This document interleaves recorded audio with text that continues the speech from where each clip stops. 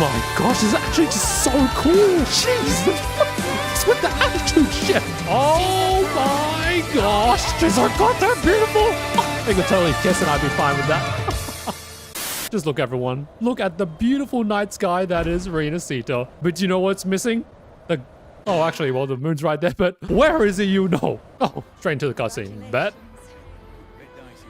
Where is Iuno, though? Do any of you know? Or are you just going about your day as if nothing's happened? Did you know we just saved freaking Septimont from calamity again? What's with the rose, dude? You swing that way? Oh, no, that's just a cup. Oh, my bad. You know what? Toast to the Rover. Exactly. All right, so we're just reveling in the celebrations, yeah? The Sovereign is dead.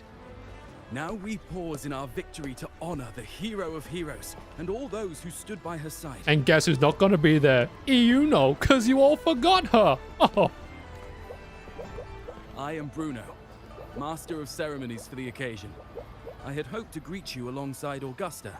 I.e. Mr. Bruno Mars, the guy who made that pop single, Ah Ta Ta Ta Ta. Or is it Ah Pa Ta? Oh, she was called away. Fake fan. The Senate insists on wasting her time with their trifles. Oh my gosh, the Senate's at it again, trying to steal away her friggin' victories? Or maybe it's like, you messed with our boy AVIDIUS, now we're gonna get on your ass, Augusta. We wish to bestow upon you the honor of Rosebearer.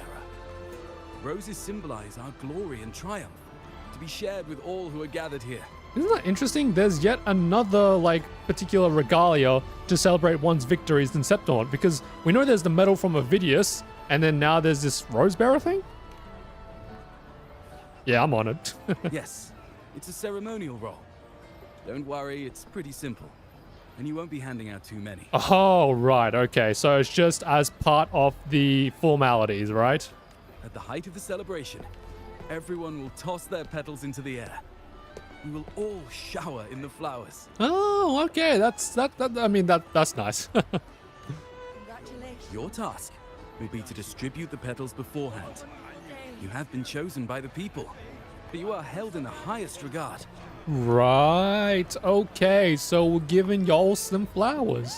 The people of Septimont gave their all on the battlefield. Now, after fighting side by side, we'll share honey and wine beneath a rain of petals. Okay, I see how it all works. You give everyone the credits. Like, Rover is the quote-unquote the hero, but everyone's going to get their comeuppance, right? So Rover gives them all their rewards, and then from those rewards, they shower Rover. So it's kind of like, I give you some love, now you give me the love. You are our first non-local Rosebearer. But I believe you were already chosen the moment you cut through the dark tide's miasma. Without you, the Sovereign's defeat would not have been possible. Yep, you see the faces. Like, I didn't want to cut midway through Bruno, because guys talking, and we don't talk midway through people. But yeah, that was actually Iuno's role. She cut through the dark tide's miasma. Oh, so this victory of vows should have been for Iuno. But I suppose with the moon charm, it actually is, she's indirectly getting it through us. But still, she needs to be there. Yeah, it's freaking Iuno. We don't take people's credit. Oh, I hope you won't decline. This is not only Augusta's wish, it's the people's too. Yep, we're the only one. Only Rover knows. Big guys like Subaru Natsuki over here. When Augusta arrives, she'll join the other Rosebearers. I'm sure those who partook in the hunt will be honored to receive petals from you. So we're going to see AVIDIUS as well, and we're going to also see that other old gladiator dude. I'll give this local just a shot. Wimano sounds like a good way to... Yeah, I'm like an outsider, so let's just assume I'm still kind of a tourist. Very well. I'll leave it in your capable hands. Makasero. Which is Japanese for, leave it to me. Trust your instincts. It's just like a toast or a priestess's oration. All part of the celebration. No need to overthink it. Now, enjoy. Just follow the vibes. That's what Bruno's telling us. And through your music, bet. Let's just do that. So, Septimont, to peace after the storm. Yes, to the hero of heroes. To you, to me, to... Wait, is that Rover? Oh, good. When the time comes, I'll hurl the glory eye, and let the wind carry it far. Let the world see our triumph. See, look at that. Masculine energy, but we can still bask in the glory of these petals. Because you used to think, oh, petals and flowers, oh, that's just for girls' ears. But no, in Septimont, we're a diverse people. You can be masculine, but still have that effeminate energy to throw around the petals. Since you're here, anything you want to drink? Speak up. Theseus and I'll take care of it. Yeah, I'm gonna get shit-faced with you lot later. That's how we say it in Australia, by the way. Catch you after you finish. If you're interested, you should go listen to the priestess. Her orations are one of the highlights of the celebration. It's nice how that could have totally been a Iuno. Now that I think back to our Resonator showcase, because you know how they were like, Iuno could be the new hero of Septimont? Maybe this is what this part of the story is going to be hinting at. Because you see how they celebrate like Iuno's deeds as being, you know, really good. She could have been the Rose Bearer, but now because only Rover's the one that's known to do it, they pin it on Rover. So maybe Iuno could be like that hero of Septimont. Who's leading it this time? Oh, it's not Lillibet, is it? But now I have another question. Why is it that they think Rover's the one that split the miasma? Or was it just that Augusta saying, oh, Rover was the only one other person with me, so he's probably the one that did it. Oh, sorry, why the hell on Lillibet, man? She's a cool ass gilf. What's going on? I'm still worried. The paradise was stopped, right? But the dark tide isn't gone for good. Well, the sovereign's gone. But what if something worse is waiting for us? Oh, thanks for jinxing it, mate, but you're probably right. But it's funny because look at the sentence. They're so worried and feeble. Look at you lot. You're hopeless. So what if tomorrow's uncertain? Does that mean tonight doesn't matter? Okay, you know what? Maybe not all of the senates were bad people. Perhaps there were some good nobles out there. We've only breathe for tonight. Don't stress about tomorrow. Oh yeah, what's that thing that Master Uguay says?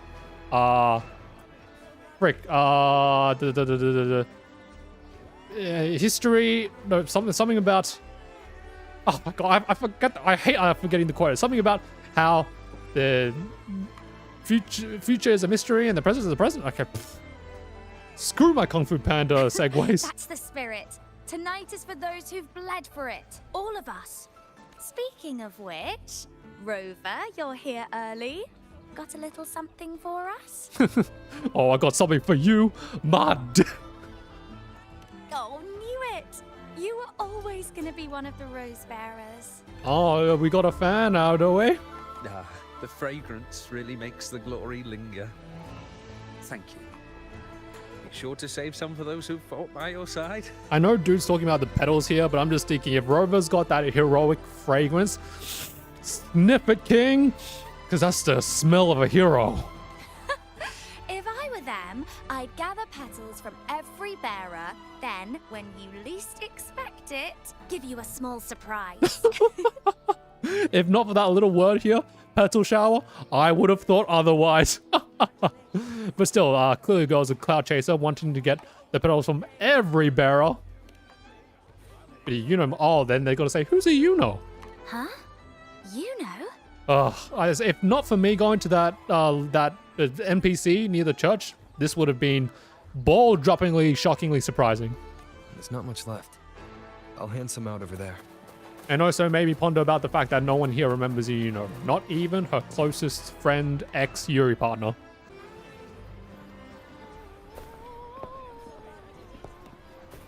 That's good. Looks like the oration they mentioned. Lillibet, right? Oh no, someone else. Huh. I thought for sure it'd be Iuno at an event like this. But that's because no one knows her. Well, guess I'll catch her later. Oh wow, Rover doesn't know yet. Gonna hurt when he does. I fear that until Grandmother Lillibet finds a gifted successor, we shall not glimpse further into Septimont's future. That's troubling. By the light and fate above us, we are but apprentices carving insights into stone, passing their words along. Which is what Iuno was doing, because when she saw that future, that's when she made the carving. So, well, it's not that she saw what she, She didn't, but for Iuno, she didn't carve the future. She carved what she wanted to see. Shouldn't just be Iuno. Once, fate flowed like a thread. It guided reverent seekers to glimpse Septimon's end. Under the tide's surge, all was overturned. No soul was spared. Until the Unwritten One arrived from afar to join forces with Augusta. The Unknowable Void, as we're called. Now we're called the Unwritten One. With the Chorosaurus as bait, Ooh, okay, that's kind of... Oh, through wait the a second. dark Why are they tides replacing miasma Iuno here? to reveal the truth. With the false sovereign's blood, a new ruler was crowned. The prophesied end was averted, thanks to Augusta and the Unwritten One. Okay, so I feel like just from the way the Serene Priestess is saying things, it's meant to be Iuno that's like the hero, like the proper, true hero, and it makes sense. I'm just making sure I didn't miss anything. Yep, Chorosaurus. Okay, so just talking about the previous plan from 2.6 Part 1. From now on, fear no longer grips me. The dark tide retreats into the forgotten night, and countless souls drink from pure waters again. The new hero of heroes, Augusta, shall lead Septimont into a new age. Thus, the present now aligns with the prophecy Grandmother Lillibet once foresaw in Septimont's auguries. Wait, was that really what she saw? Okay, I'll just go back onto that a little bit later. Prophecy of the end, and how we managed to lure the Sovereign out. The order and the story are right, but something's missing. Iuno! You speak of me and Augusta, but what of Iuno? Dun dun dun! Who's a Iuno? Who is Iuno? Oh no. Iuno is Iuno. What do you mean? Unwritten One, you leave me baffled. What do you mean? Are you suggesting that my recounting missed someone named Iuno? I don't find the name familiar. Nor does anyone in Septimon apparently, or anyone in Solaris 3 for that matter. I should know this Iuno you speak of, yes? She is the gifted one, apparently the most gifted of the priestesses in some generations. Iuno is a priestess, just like you. Or maybe the first part of this 2.6 part 2 will be dedicated to be the oh my god moments. We don't know who Iuno is. More than that, she wielded the moon bow and fought alongside me and Augusta in the hunt. We defeated the Sovereign together. Don't you all remember? Oh no, Rover. Now instead of being the unwritten one, you're going to be the unhinged one. Because everyone here thinks you mad. Impossible. As a priestess myself, I can tell you with certainty that none among us bear that name. Well, crazy how talented Iuno is. Because as a priestess, she duped the fate system. And I must remind you, we rarely take part in hunts. Our place is with the flames in Tetragon Temple. No wonder Iuno was so cracked. She hunted and she prophesied. That girl could do everything and anything. And she was hot. The hunt for the Sovereign involved many. Perhaps you are mistaken and confused her for someone else. I ain't forgetting nobody with pigtails and a haughtiness like hers. No, this can't be. And now, Rover, you gotta go to Augusta, mate. You gotta go to everyone. I don't know what a priestess is supposed to be, but I do know what Iuno is like. And I'm certain she's a priestess. You mentioned cutting through the dark tide's miasma. Tell me, if Iuno wasn't there, then who shot the moon arrow? I don't even know if the moon arrow exists, bro. Because wasn't that part of Iuno's arsenal, even the moon bow? Now that I think about it, just how much of Iuno does no one know about? Who shot the moon arrow? Oh, okay, right. What do you mean? You were the one who dispelled the miasma. Yeah, so they're still pinning it on you, Rover, but like I said, I think anything and everything to do with the Iuno, be it even her external equipment and whatnot, no one knows about. I think they don't even know your charm. Yes. On the cliffside, you struck with your sword to cut through the dark tide. Don't you remember, Unwritten One? Ain't that crazy? The Serene Priestess is gaslighting us. Although, to be fair, I think in Rover's kit as Arrow, I think it's very possible he could actually do that, considering his old Getsuga Tencho attack. And their accounts are all true, except when it comes to Iuno. How they react to her name is completely wrong. It's more than just wrong. It's literally as if they forgot her. Although, before I continue, Rover has been speaking a lot. I didn't really think he spoke that much in the first part, so I guess they put all of it into the second part. And if you want my opinion, I'd actually prefer if they make it a bit more consistent between the parts, because it sort of feels like, yeah, they clearly dumped all of his dialogue into here. Everything she did, they attribute to me. They're not just forgetting. It's as if Iuno never existed to them at all. Or perhaps that's wrong of me to say they dumped it all here, because maybe this is just simply when Rover needs to be talking. Could this be possible? This distortion in perception? Is it a remnant of the Sovereign's power? Or is this the work of the Fraxidus again? I swear anything, if there's something that Rover can't explain, he's just like, bet, Fraxidus. I heard what you said to the priestess. Oh? You're telling me you are perhaps another person that remembers? No. Oh, okay. I've never even heard of her.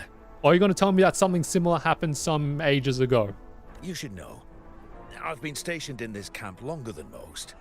Memory ain't bad either. I mean, you're called a veteran, right? You ever got yourself checked out for Alzheimer's?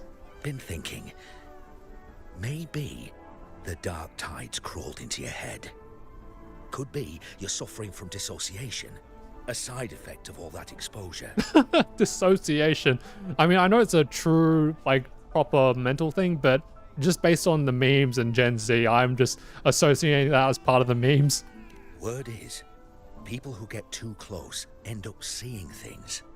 Hallucinations, delusions, the works. And are you going to tell me that this is going to be something that AVIDIUS uses to justify why he never saw Main's Deep? Some of them go as far as thinking they see the dead. Or worse. Some start calling themselves tacit discords. I wonder what happened to Senate Falco, because I heard Dude was corrupted by the Dark Tide too, right? The Sovereign was built from the Dark Tide itself. Who knows what it swallowed before it came for us? Could be worse than what you're used to. You must be in its grip. Crazy. Do you mean to say I'm the crazy one? Like I said, you're not the unwritten one anymore, Rover. You are the unhinged one. Don't get too worked up. It ain't that bad. Not yet, anyway. What do you mean getting corrupted by the Dark Tide is just another Monday? No, it's not. At any rate, dissociation is just a problem in perception.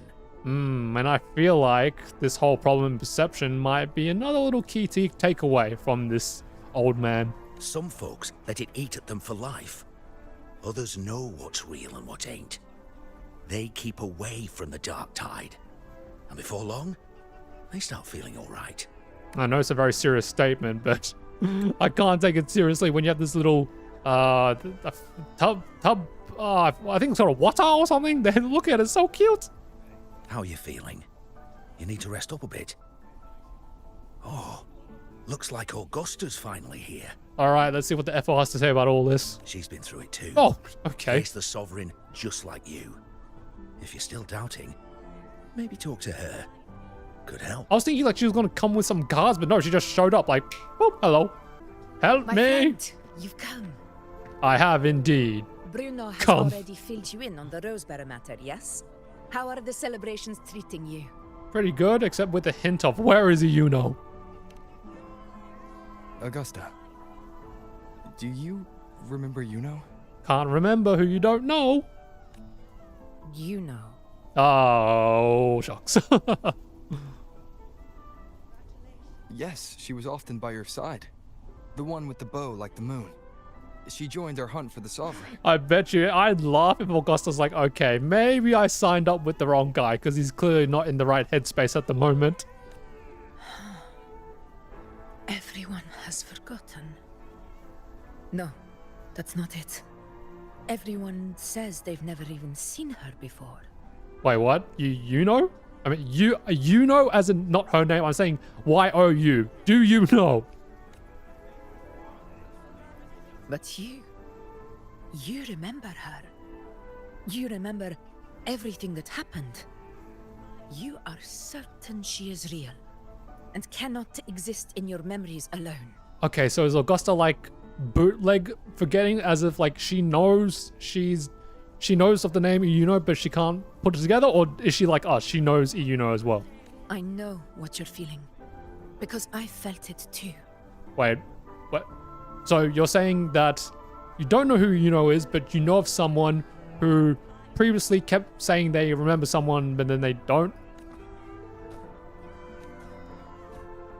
So who did you forget then? The Dark Tide's frequencies twisted my perception as well. Made me see things that weren't real. Oh, you're kidding me. Are you going to tell me that the whole of Septimon's going to try and gaslight Rover? Is this just a gaslight arc? The Sovereign's whispers dogged me for decades, tempting me to accept its gift. Of all the words, I got dogged, bro. But that's all in the past. I know now that to find peace, I must see through the deception, fight it, and conquer it. Oh, this is crazy, man. I've never felt like Rover's just so isolated right now. No one is on his side. He's the only one. Mate, I wonder how many of the Kuro Games dev team, how many of you watched ReZero? You trying to get that cruelty into our play experience?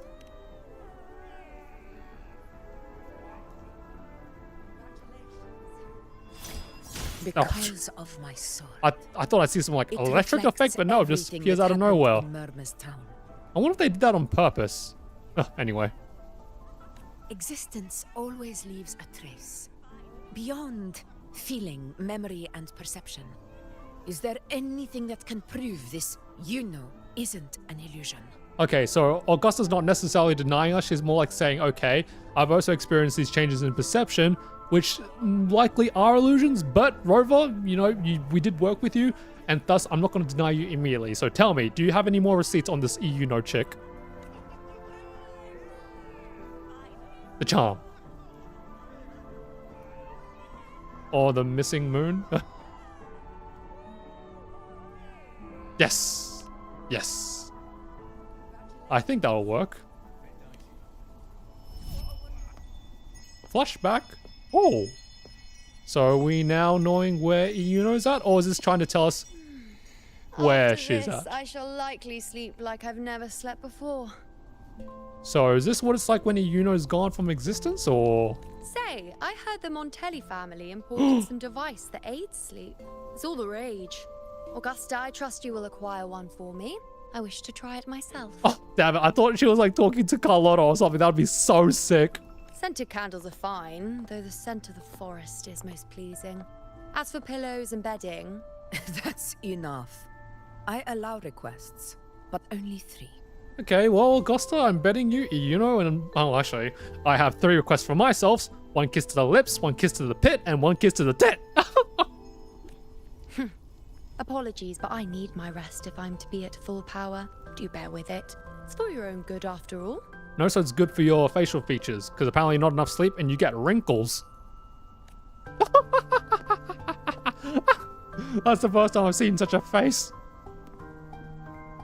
And you, unwritten one, were I to indulge in a bit of selfishness, you'd forgive me, wouldn't you? Depends on the selfishness. Maybe it's like you want a bit of a smooch in the moonlight, kind of a makeout sesh. Saying that in itself is rather so. It depends on how selfish you get. Yeah. Oh. What do I want to say? What's fitting? Yeah.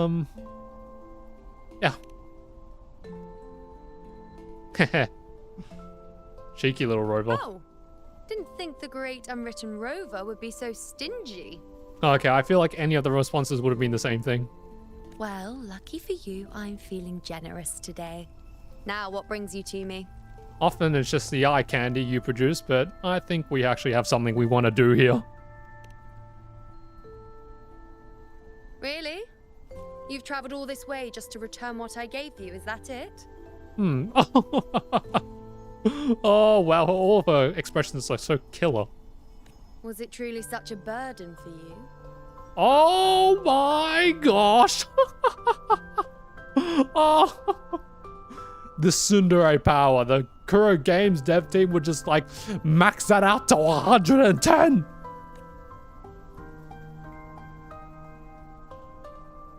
If one day this bracelet becomes meaningless to anyone else, I hope you will remain the exception, Unwritten One. Okay, so, I mean, I know she'd been hinting at this since 2.6 part 1, but now we're just getting that extra layering of lore. But perhaps in that distant future, forgetting might prove far easier than remembering. Never mind. In any case, you are not to return it. A forever charm with the Iuno, but I'ma put that as a family heirloom. It's something I've carried with me ever since I was bestowed the title of priestess. Keep it for me, if only as a keepsake. All those face shots, man. Just the face card on this girl is too powerful.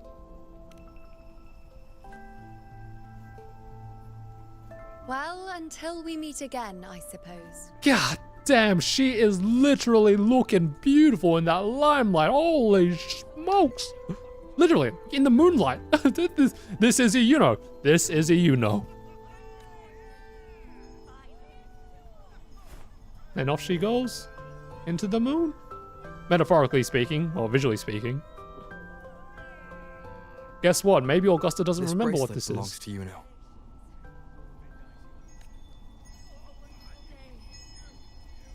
Do you know what it is?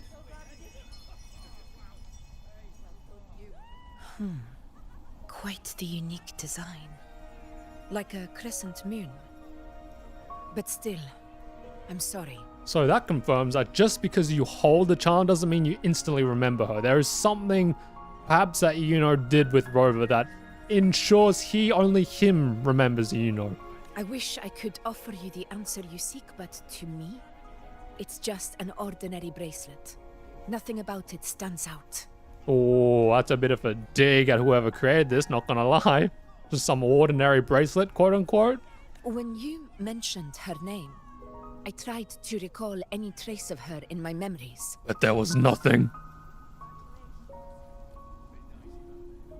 But there is nothing. What has passed is clear, and she feels like an extra piece to a puzzle.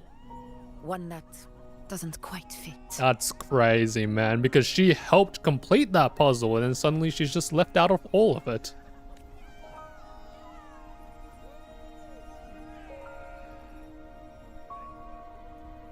How can this be?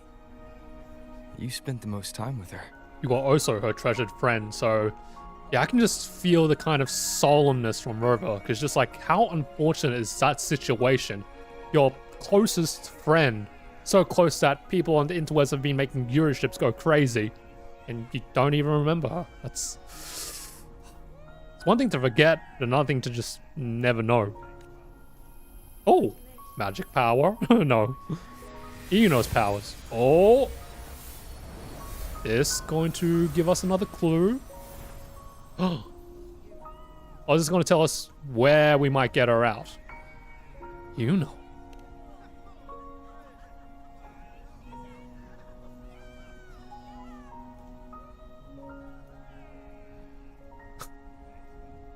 Don't look at me like that. With the emotional music as well, it's as if we're saying goodbye to her or something. But of course, Rover's not going to let that happen. Are you mad? Rover, wait! No. I gotta go after girl.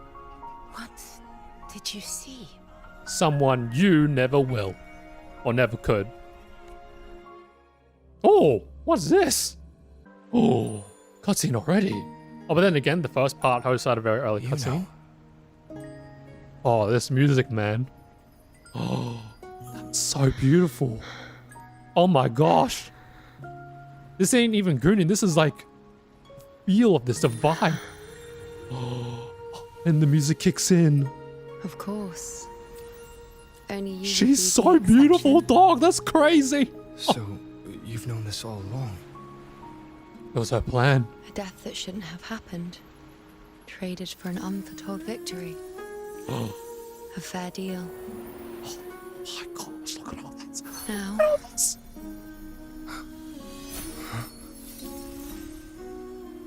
Oh my god, bro, she's so goddamn beautiful! Oh, Jesus! I'm sorry, but Oh, that's crazy! Don't go! even I fear being forgotten. Wow. Wow. What a start. Jesus Christ. Okay, no, relax. Before I immediately jump the gun and pull for a Iuno. God damn, that cutscene was so beautiful. Oh my gosh. Like, I mean, yes, there was the lore thing, and it really shows some insight into her characters, as well as her, despite being so strong, she also has her fears, but like, how they portrayed the whole scene was so beautiful, immaculate, serene. I could name all the describing words in the dictionary, and that probably wouldn't be enough, but beautiful scene, well done, Kuro Games. That was amazing. Okay, back to the story. So, Iuno's really gone. Just like that. Rover literally took the words out of my mouth. All right, Abby knows her too. Well, duh. Even though I was snoozing on and off, I still remember everything that went down.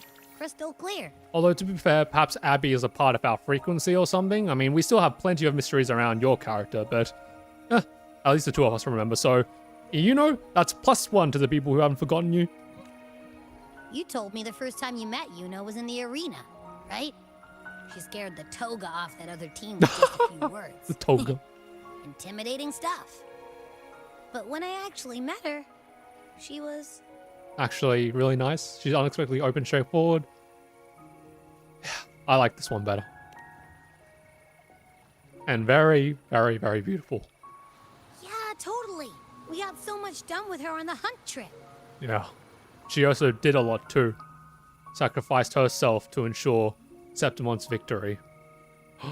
Now I think about it, maybe my theories video I was right. I mean, technically she didn't die, but she had a quote-unquote death, and to be forgotten is also another form of dying, you know? Has she even invited us to the Tetragon Temple to check out the murals? Oh, and we caught that giant blue spiky TD, which led us to that big bad stinky thing.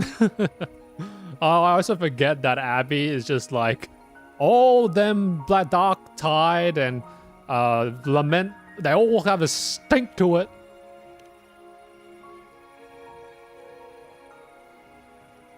Yep, and I'm pretty sure she was the one who took that moonbow and blasted the Dark Tide wide open. Not you, not anyone else. Preach, Abby. You know real when you recognize real. And that bracelet. She gave it to us to lure out that nasty big fella. Even asked us to keep it for her.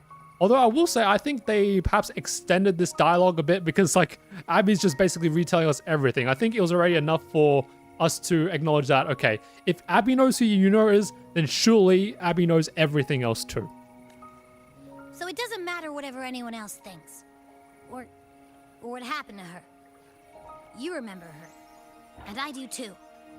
It wasn't some made-up crap. Okay, so perhaps that's the purpose of Abby.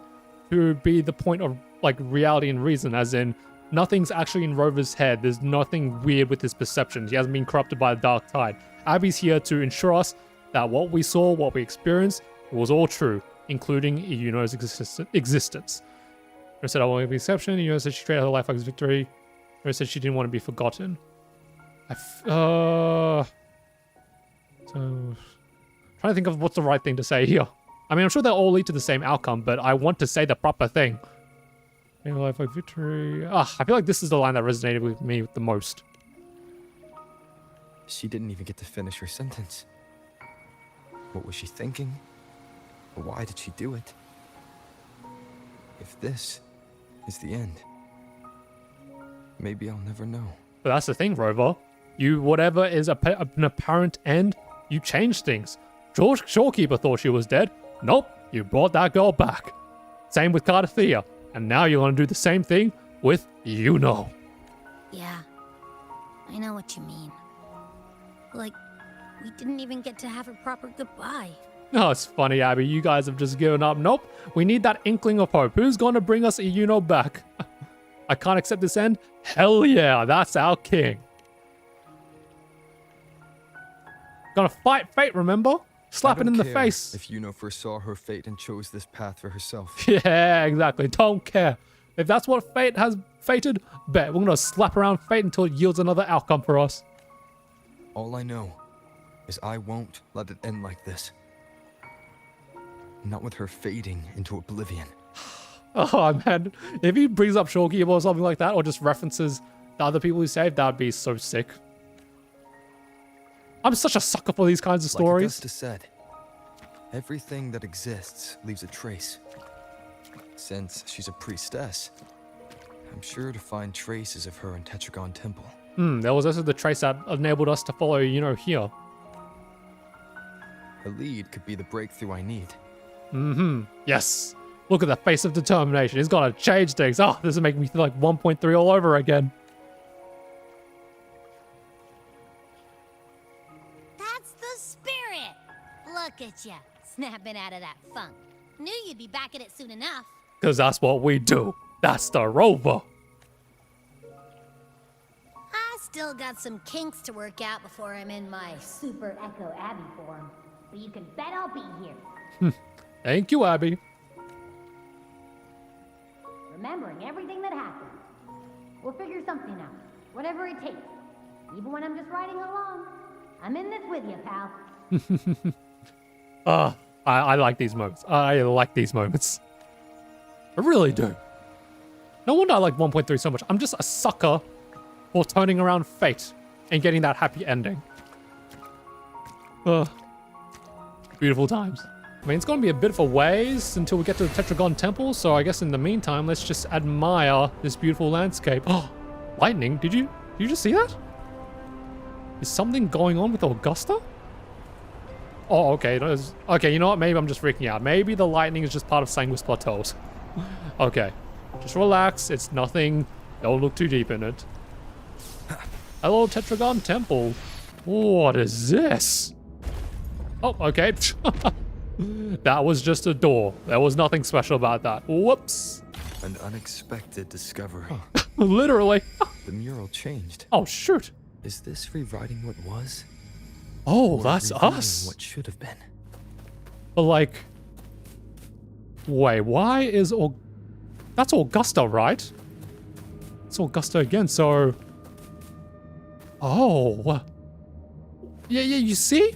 If this is meant to be Augusta dying, then why is Augusta alive in this one and then Augusta's good in this one?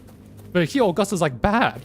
So that's why I'm thinking, like, Iuno has the power to make these two fates. It will either be that Iuno will be what leads to Augusta accepting the Dark Tide's power, or it'll be through Iuno that Augusta actually overcomes the Dark Tide's power. And then here in the very middle, and I guess, is us. Although I don't understand how that's meant to represent us in any way, shape, or form. That just looks like an Imperator void. Trapped in your pathetic shell, you still think you're the king of the world. Who the... That's... Who's there? Show yourself! Yes. Yes. I've been waiting for this moment. Wait a second, is this Main's Deep? Because that's still, that guy sounds like one of the hero of heroes, as in like, he's someone that went into the Main's Deep, and is like, okay, where's the whispers, where's the power? And then he heard that voice, but then, was that Christophora's voice? So does that mean that Christophora make up the entire Main's Deep story? I mean, that'd be very interesting, because I thought that it was just, folk, but... guess we'll find out.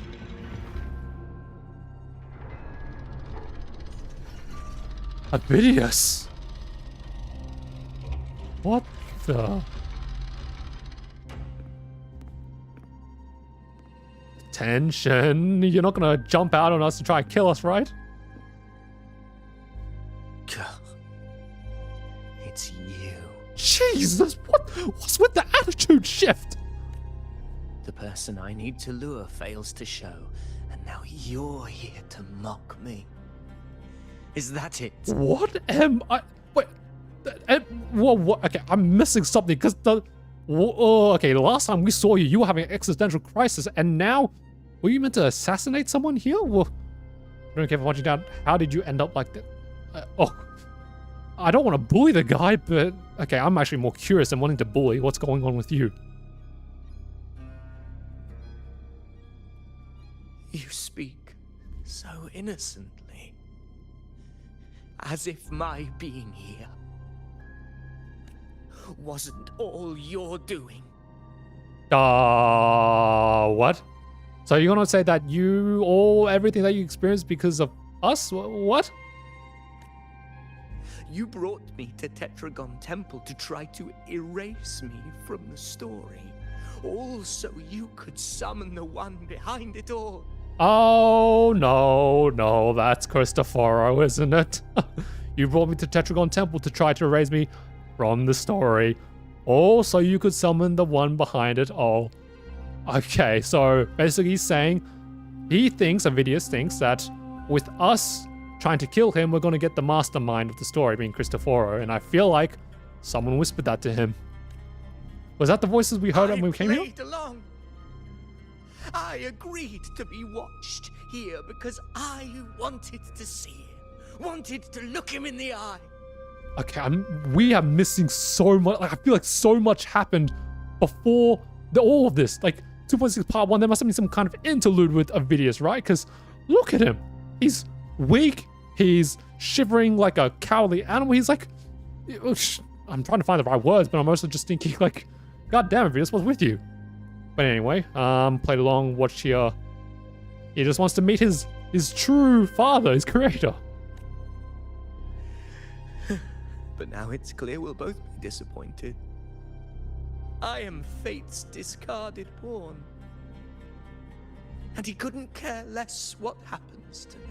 Ah, so he must have gaslighted AVIDIUS into thinking, oh, it is through the unwritten one. Or maybe it's actually Nestor that's given him all this little nonsense in his head.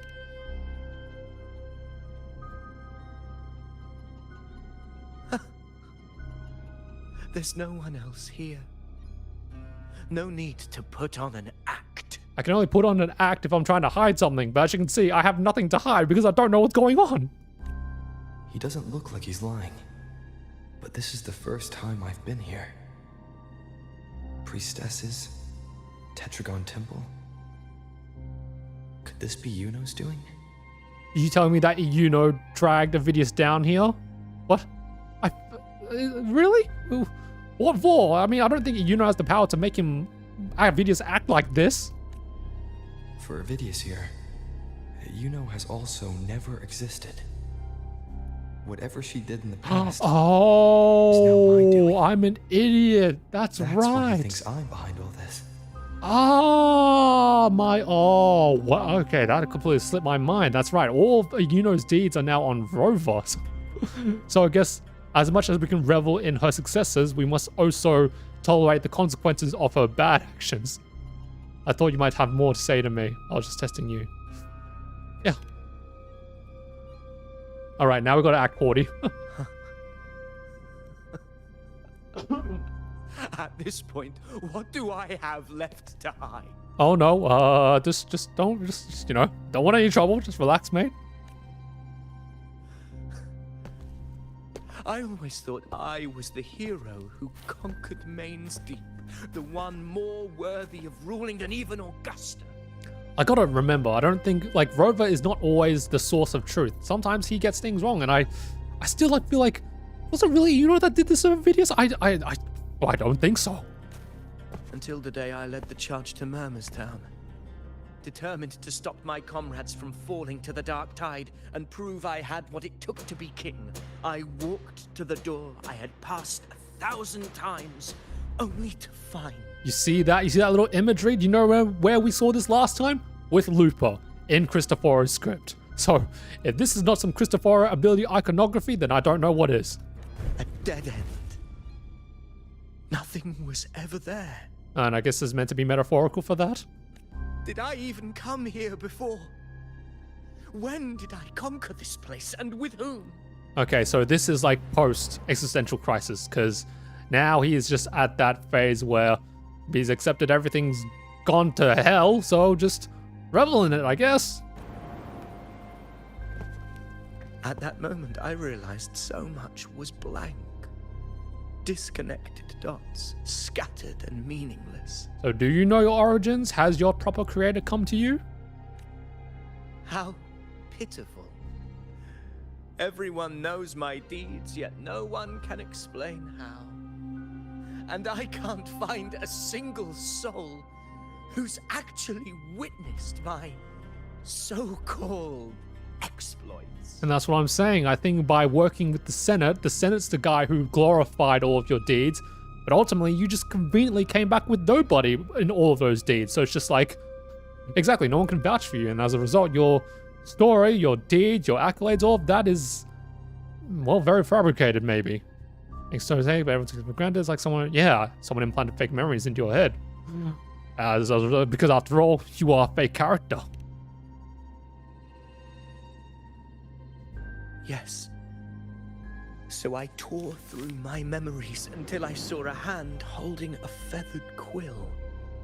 It wrote everything about me from the moment I was born. Whoa, that's crazy. So he remembers that far back. Okay then, Christopher, let's see what you're doing. Oh, yep, you see that? You see that? That's a Fraxida symbol. Wow, we get to play as Christopher, isn't that crazy? Undeniable truth. Existence is anchored in connection, feeling, and memory. They are its very manifestation. Ho, and I guess this is like a parallel to Iuno, because Iuno is someone that doesn't exist currently, but through connection, feeling, and memory, there is existence. So, in a sense, this is why Rover is like, he is Iuno's existence, because he is the one that has the connections with her, the feelings with her, the memories of her, thus all of her deeds are on him as well. You get it? You see where I'm going with this, right? And then we have AVIDIUS, who is clearly not a proper existence, quote unquote, but through the connections, the feelings, and the memories, he is now an existence. I'm liking this. So if someone uses their resonance ability to fabricate a memory of the hero of heroes everyone expects and convinces them it's real,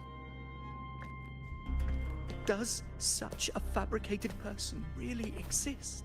Oh, okay. So maybe so rather than it being the Senate, it was actually Cristoforo doing all the hard work to get everyone to know of AVIDIUS's accolades and deeds. So why are you telling me that Cristoforo already put another freaking Sonorosphere over Septimont? And what of you? The one they call the Unwritten One. Is this meant to be another parallel of an existence, as in we are an existence that's not meant to be there, or because we don't exist, we affect existence? An undefined, unknowable void that can anchor unimaginable connections. Imagine the existence that could emerge. Oh man, he's even looking like Christopher right now. Undefined, unknowable void that can anchor unimaginable connections. Anchoring manifest existence. Yeah, AVIDIUS is implying that it is through you, Rover, that you are anchoring Iuno's existence, right? And it was through Rover that we will also manifest Iuno again. Maybe. Maybe. He did give us an idea, at least. You arrogant fool. I did not allow you to stay here so you could defile fate with your delusions. What? Lillibet? Please excuse this disturbance, Unwritten One. Whatever you need to say, we'll discuss it back in the hall. I have plenty of questions, Lillibet, but just to make sure, you're not in cahoots with Christopher, are you?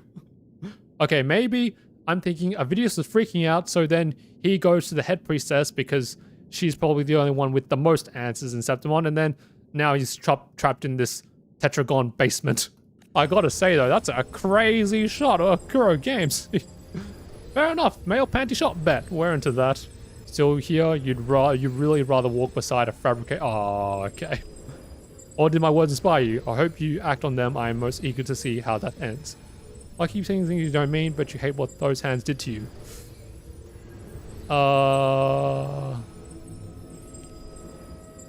Am I supposed to forget everything?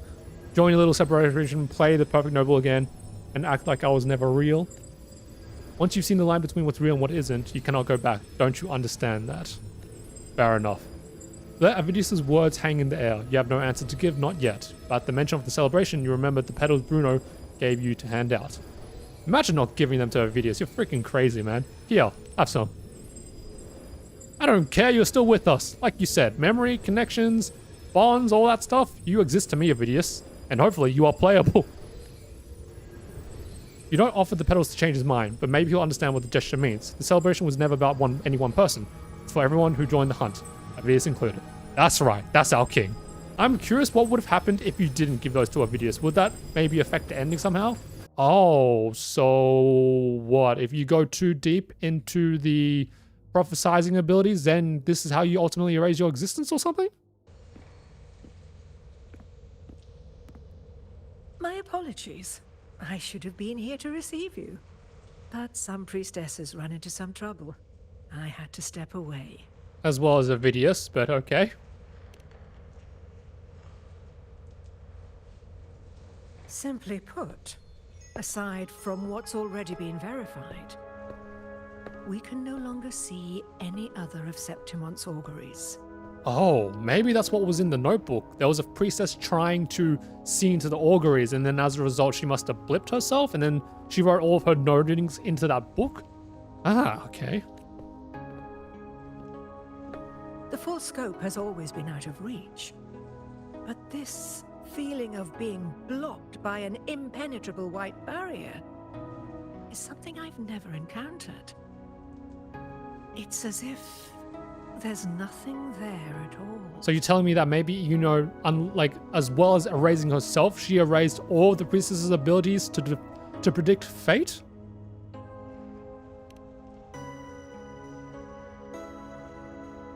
Well, there is a silver lining. Septimon's auguries concern Septimon's future.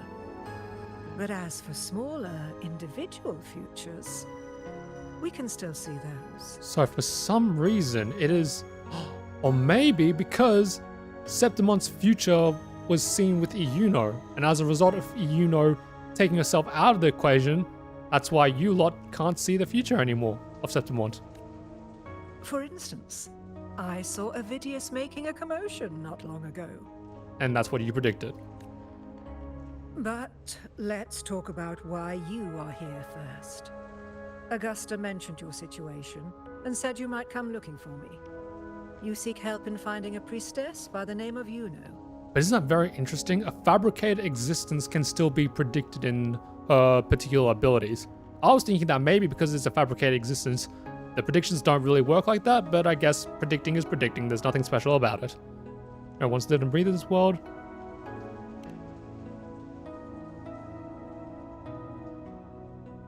I wish she were a figment of your imagination, a product of your proximity to the dark tide. That would make things much simpler. Oh yes, but no, that's not the timeline we live in. Because I did find a record of a priestess named Iuno. Oh god damn, the look on Rover's face! It really was like Subaru Natsuki. Just like, yes, finally someone knows her. To the record, she died 3 years ago. Buried where the dark tide swallowed the spring basin. What the... Oh, so maybe that's the cutscene we saw when she was like lying on that seabed and she was just slowly glowing out. That shouldn't have happened. You must understand, death and disappearance are two different concepts. Yes, I very know well that, but I'm just wondering how the hell could that happen? So rather than disappearing, she gave her own death into the past? What? Is this really going to be a time-bending thing? If Iuno truly died 3 years ago, then she couldn't have been your companion 3 years later, let alone have existed up until today. Or is that like what we saw in the Resonator showcase, whereby when we saw Iuno fighting in that pit of the army of the Tacit Discords, is that like the death? Or is it made from the cutscene? Okay, I'll just shut up. In other words, if Iuno disappeared today and was erased from the memories of Augusta, myself, and everyone else, then the death 3 years ago must have been a fabrication. Yeah, I'm also like, oh, damn, this is a lot of crazy stuff. Still, there's always common themes in the Wuwa story regarding, like, in this case, existence and fabrications and whatnot. In other words, if Iuno disappeared today and was erased from the memory of Augusta, myself, and anyone else, and the death 3 years ago must have been a fabrication.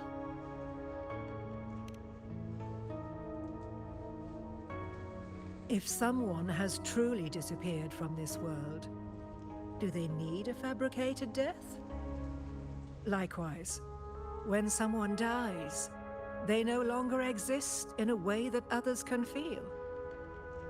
These two causal chains should be clear. But they crossed paths with you, the unknowable void. If someone has truly disappeared from this world, do they need a fabricated death? Likewise, when someone dies, they don't exist in a way that others can feel.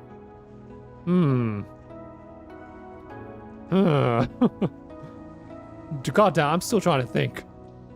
No, but it's so clear that Iuno is someone exists, so where the hell did this death from 3 years ago come from?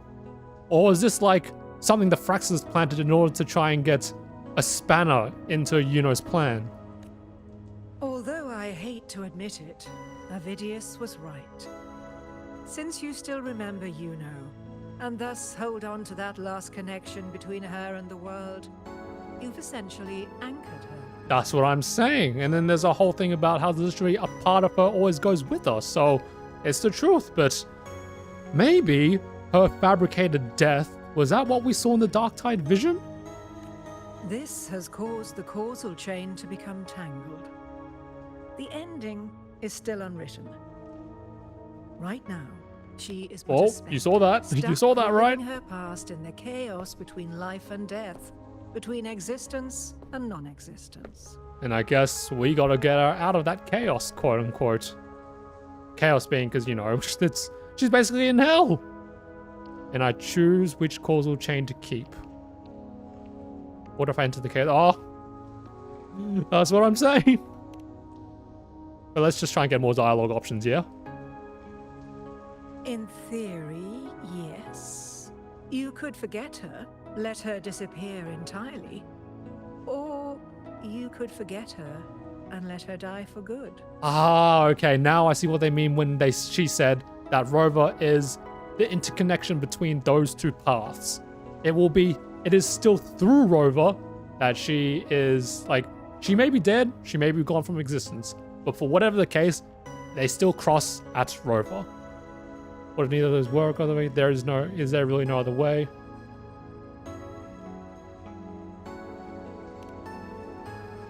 I guess this is just like leading on to that particular dialogue option about going to the chaos. To tempt one's defiance.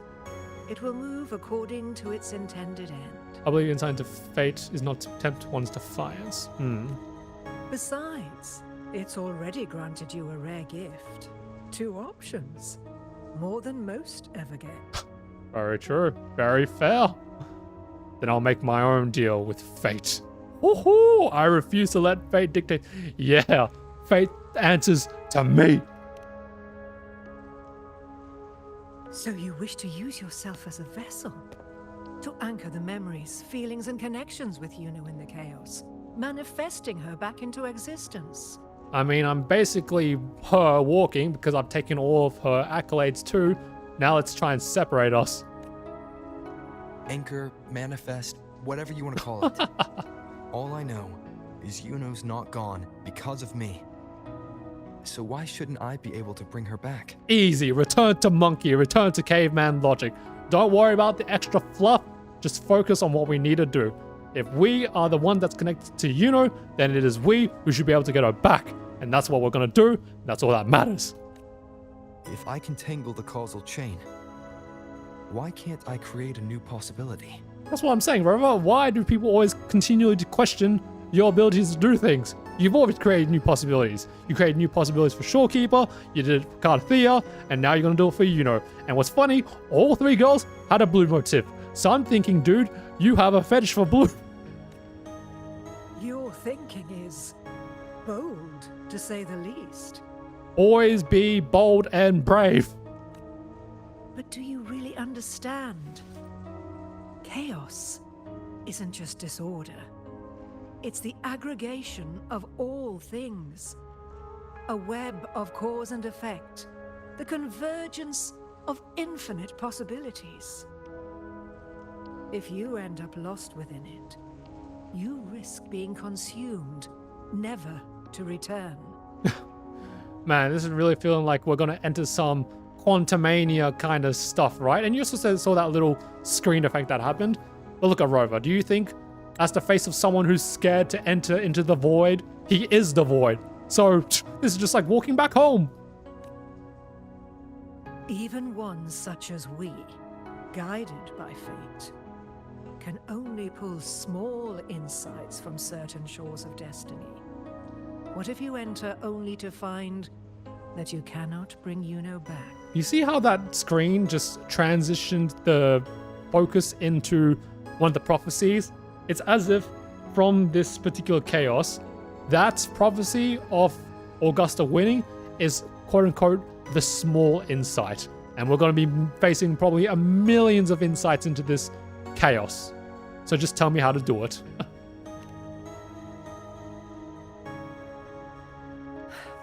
Chaos isn't a place in the usual sense.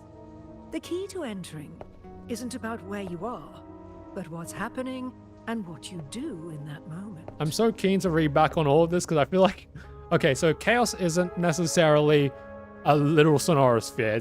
It's something special. I suspect that 3 years ago, this priestess must have done something that defied fate, which set the course for her inevitable disappearance. Is that a eureka moment, Rover? Because I didn't catch on to it. If you can get close to that inescapable knot in the causal chain, maybe you'll find a way in. Actually, now that I think about it, because Iuno mentioned something about how she traded her abilities in order to be able to subdue the dark tide. So maybe when Iuno quote-unquote died or something those 3 years ago, she actually, that's when she traded her abilities? I don't know, I'm just making up random at this point. You know what? If I want to get answers on something, just go to where she died. Even with no certainty, you're still heading toward that death trap. Unwritten one. You've made up your mind, haven't you? Yep, let's do it. I understand. One must try at least. Very well. I'll accompany you there. Nothing ventured, nothing gained. You know what they say?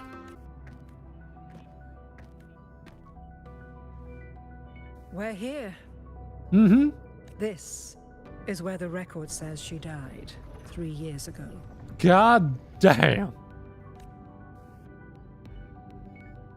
Some black muck. Oil spill gone terribly wrong. It's as if all the world's oil was just here. And with this bracelet, should give us a clue, yeah? Okay, maybe not. So perhaps this means it was fabricated?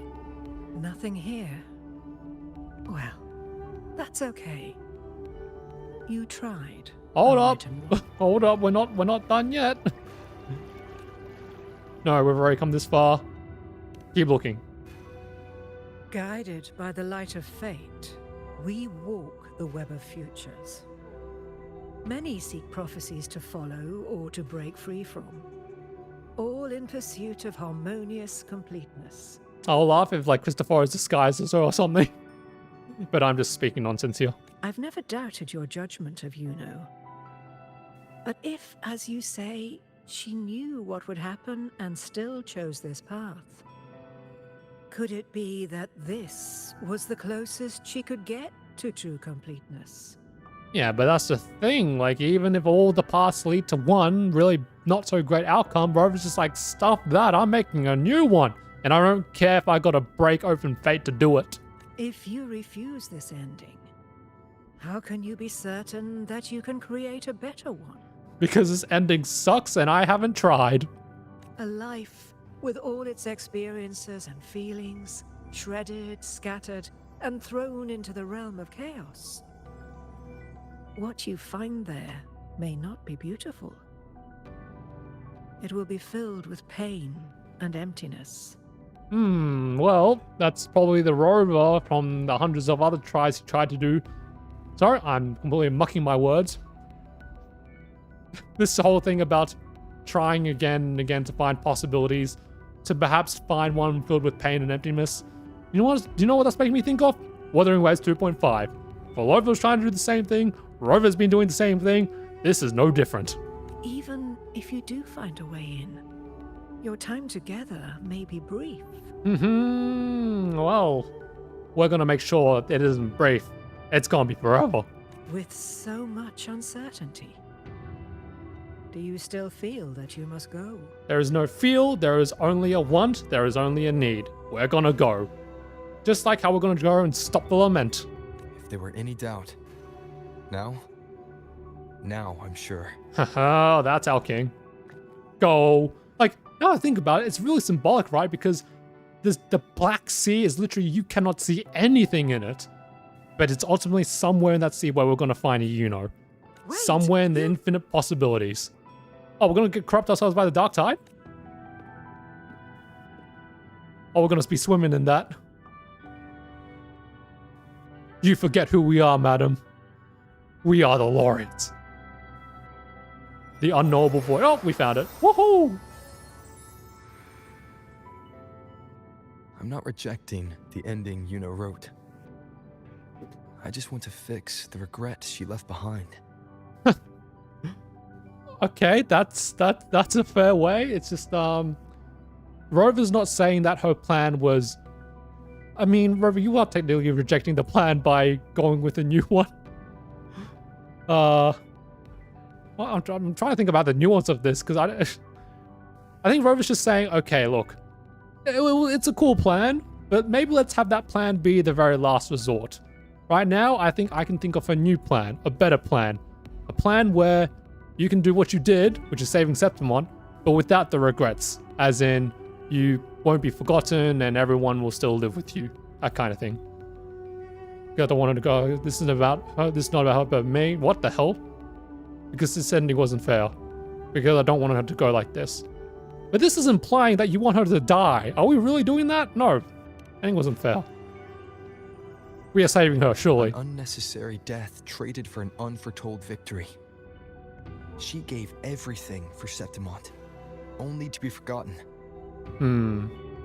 Oh, are you going to tell me that she's actually meant to die? Oh no, please don't let that be the case. Oh shoot, maybe that's what Lillibet was hinting at.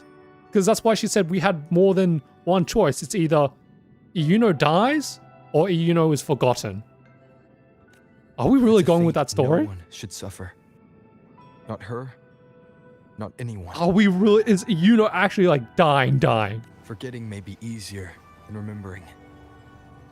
But let that be the choice of someone alive. Not one who's already gone. Okay, you know what? Maybe not. Forgetting may be easier than remembering. Well, let that be the choice of someone alive. Okay. Right now, I don't want to lose anything I still have. Bet. I like that. Go, Rover.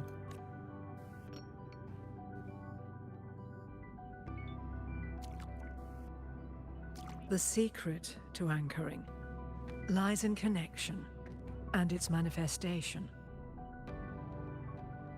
If you find what remains of her in the chaos, and she responds to you, then follow her guidance, for that will be the only fragile rope connecting you, her, and this world. And that's making me think back to that vision she saw in the Dark Tide, whereby there was that rope connecting her and Iuno. So I feel like that vision, that whole segment we saw with the Dark Tide and that golden hand, that might be hinting at what's going to happen in 2.6 Part 2. Endlessly cycling, shattering futures. Is this chaos? Oh. Unsalvageable, fractured into pieces. This is chaos. Oh. Dark Tide trying to... Oh, what the... Oh, I'm liking the QTEs. Oh, I like it. Oh, this is really feeling like Spider-Man over here. Must release ourselves from Venom's grip. Get off me. Yeah. Oh, I've got to get to the girl. Chaos will not stop us. Countless possibilities, both true and Oh, this is really exciting. God this damn. is chaos. Oh, come on, Rover. Keep Until moving. every anchor is revealed, laid bare in the light. Oh, wait, what? Why is the arrow in her? What the? And then that's the dark tide maybe consuming? Oh, wait, this is like the quote-unquote death. Oh. And then Rover took out the arrow, so... Wait, was the golden hand Rover? Oh, wait, no, because that makes sense, right? Because Rover's always been, like, characterized with that kind of imagery. I can't see where it ends. Can't tell where I am either. Golden black hand, that's Is this probably our boy, the right? chaos between life and death? Between existence and non-existence? So it looks like to be inside the dark tide, maybe? Wow. It's like a newborn baby. It feels like we're about to have an Elden Ring boss. Assuming... That's Iuno in the center. Doesn't this look like a library? I swear. But then where's all the little babies? Oh my gosh. We just walked into a satanic ritual. That's crazy. What are you? You don't look like Tacit Discord. You look like something else. What are these things? Oh. Can we slash them? Yeah, that's right. Get away. Get away, all of you disgusting creatures. Seriously, look at them. They don't look like any Tacit Discord we've ever faced before. Or is this a new enemy type? Okay, you know, wake up.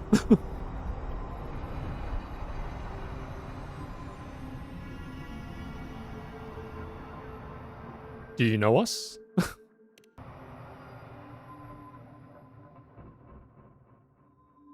You know. You're calling me. Are you here for me? Okay, I suspect what Iuno sees right now is very different to what we see. She probably just sees us as some weird black figure. Why would someone be looking for me? Or perhaps this is the Iuno from 3 years ago. That's why. She looks the same as she did when she faded away. A sliver of moonlight. How long has she been lost in this chaos? Okay, this is a Iuno from 3 years ago who's been just lost in this chaos, and who's the Iuno we saw when she was with Augusta? I'm sorry, I've come late. I'm here for you. Everything's going to be okay. Yep, I like that. Mysteries, man. Lots of mysteries. Do you still remember me? No, she doesn't even know who we are. I know you. Okay, never mind.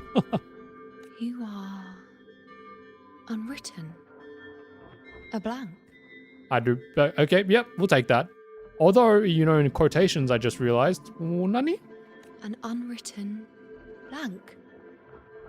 Your new nickname for me? You can call me whatever you want, baby. Unwritten. Do you?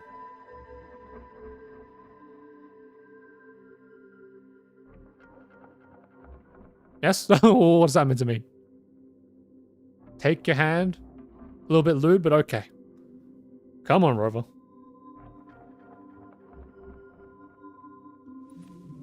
I will guide the unwritten with the moonlight. Great. Okay, well, at least I'm right. This is how Iuno has an active role in the story. To find more of me. Isn't that crazy? Wait, now that I think about it, maybe in that trailer when she was saying something about she's seen things that we cannot possibly imagine, maybe this is what she meant. The chaos. Finding more of her. So maybe the Iuno of present is just like another variant? She responded to me. Now, she's guiding me. We've got the rope attached. Even if it's just a trace of her, I found her. Now that fragile rope connecting her, me, and the world is already in my hands. I bet you so many people are going to be raging at the fact that Rover was holding her by the hand and they were walking together. They were just holding hands, kids, okay? There's nothing else about it. It's cute, okay? Fan service. Relax. And we're still holding hands. That's so cute. Finding your respective within the chaos, take her hand and walk. Oh, that's cute. Where are you taking me? Just don't let go of my hand. Oh, this is so nice, but I'm betting so many people are going to be upset about this. And what's funny is that even though she says that Iuno is the one that's leading us, no, Rover's clearly the one that's taking the lead. And it's also really cute how if you leave her hand for a particular amount of time, then that's just not good. We want them to be together. Guided by the light of fate, we walk the web of futures. Grandmother Lillibet has already prophesied her successor. Iuno, born in a lunar eclipse. That's interesting. Priestess. You can just predict the birthing of children. So it's like you don't really have a gacha to worry about. Wait, Sibylla's Iuno? I know that girl. Wild and dramatic. She's just won a handful of matches. So is Sibylla like the mom? Do you really think she'll come to Tetragon Temple? Her mother is a former gladiator champion, and her father a famed blacksmith. She's already from a highly respectable family. Jesus, so girls was really stacked like that since the start? She was bred to be a gladiator, but she's a talented priestess? Oh my god, no wonder she's so perfect. And she is skilled with a bow. Maybe she'll just want to be the next champion, you know? She is spoiled for choice. Literally, she was given the golden card at birth. The prophecy can't be wrong. Grandmother Lillibet's already seen it. She'll resonate with the moon's phases. That's a huge honor. Not just anyone can see fate's patterns, and she'll be able to see it more clearly than the rest of us. It's our duty to share visions of the future, to guide Septimont and its people forward. Such glory. She won't refuse, and she shouldn't. To be fair, whatever path in life she chooses, be it a gladiator or the priestess, there's glory in both, so whatever she does, she will always be bringing glory by default. This is the past, where my existence left its mark. I see. Grandmother Lillibet said that the key to anchoring lies in connection and its manifestation. Let's try to find more. I see. So as we find more memories, we get more of that manifestation, stronger connection, and then stronger, coming back. Still, we're walking, like, this is literally just a date down memory lane. Ain't that just cute? I can't see it. It's gone after that. Gone forever. Huh? Just one desecration is enough for the ordinary. Desecration? What? I just wanted to understand. To look at it. To see the blinding flames. I was so close to seeing the outcome. To tracing back the cause. Oh, so maybe this is the priestess who was found in that notebook? You must be smarter than me. Stronger than me. Tell me, did I do it right? What are you talking to? The dark tide? Staring at the sun. Burning with pain for that truth. Tell me, have I gone mad? Is it me who's gone mad? Maybe that's like the case for every other priestess that's not like Iuno. Whenever they look into the prophecies, it's literally like looking into the sun. But as for Iuno, she just looks into the moon. No side effects. She can see the full fate and peer at it deeply as a result because it's not burning her. Thin hallway with a girl hand in hand? Whoa, that's crazy. Oh man, I'm really loving the implementation of these little QTE bits. It makes Wuthering Waves feel way more different. Like, I really like it. Oh. I swear, Kuro games, just make a game. You don't have to make a gacha game, just make a game. Like, do what Shift Up did. From Nikkei to Stellar Blade, just do Wuthering Waves to something. Let's go before chaos catches up to us. What were you saying, dude? Barely reveals the mission of the moon. What the hell are we supposed to do? Touch? We were killing that tacit discord, but then it touched the dark tide and just dissolved back into it. Oh, so that's why they needed Iuno's powers, because Iuno can manifest those things to ensure they don't get away. All of them are part of it. Wherever the tide shows, they crawl right out with it. But the second they're spotted, they melt right back in. Haha, so no wonder her power was so essential to the cause. You can't track them, can't lock them down. The only thing that barely reveals them is the moon. What the hell are we supposed to do? Man, it really does make you wonder, where is it because she was born at that moon cycle? That's why she has that ability?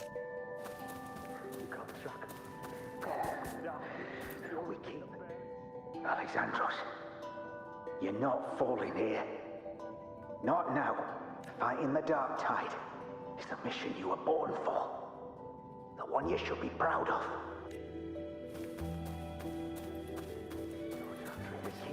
The priestesses already spoke of our victory. Move forward.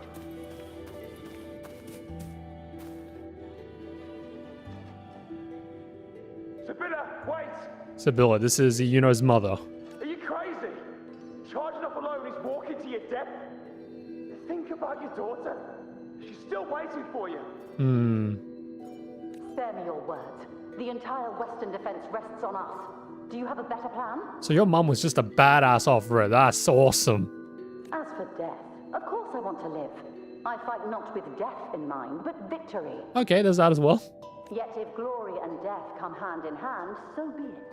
Let the bells toll and mourn me when the time comes. But there's still your daughter. I mean, Gloria's great, but so is having a future with your daughter. Until that moment, I will not stop. Is this how it was? Oh, she doesn't know how her mother passed. Well, there's some front row seats view.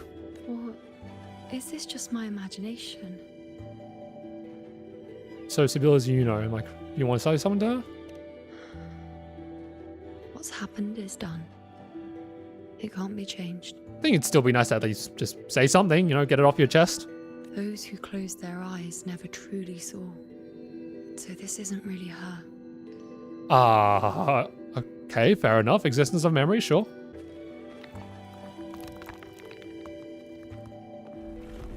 Something gonna come out? You know. Take our hand. Or don't.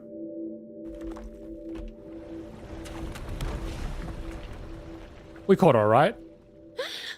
Okay. Okay. Nice work, Rover. Oh, slipping. Come on, both arms. Oh. Thank you, unwritten. That's right. Do you know how many times it fought with like one hand? Like, remember, it was with Rover's non-dominant hand, reverse grip, Tyro sword, that he stopped Fleur-de-Lis's three-pronged sword strike. That's how strong his arms are. I bet Iuno's just weighing like a couple of grapes. I won't let go. I don't want to let go. What was that? Did we maybe change fate doing that? Is that why it went red? I mean, you saw that, right? It went red for a second. Is that? It's your puppy.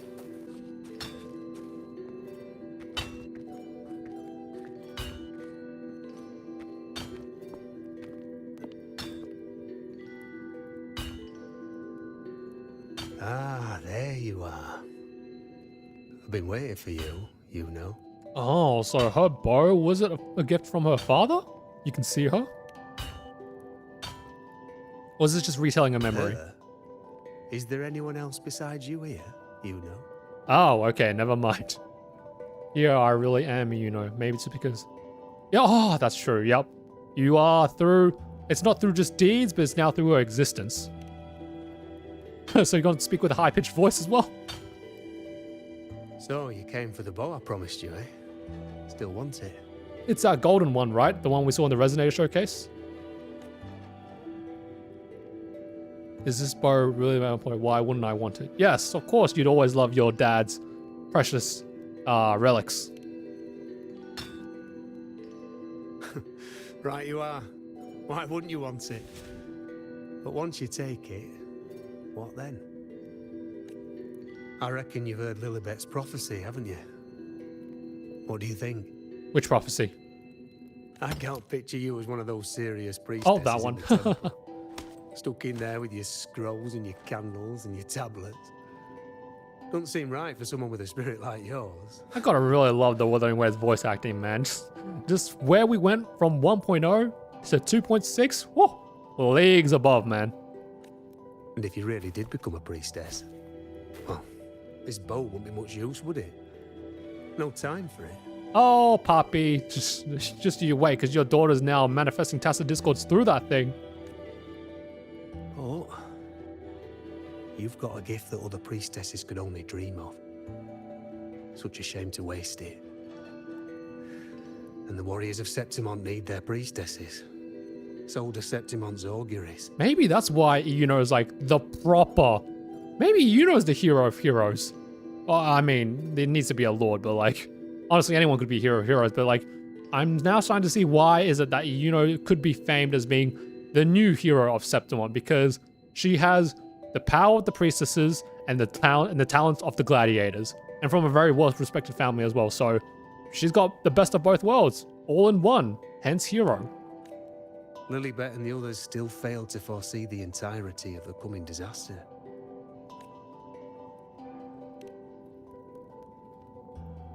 Ah, well, it's not my place to say. You make up your own mind, and that's all that matters.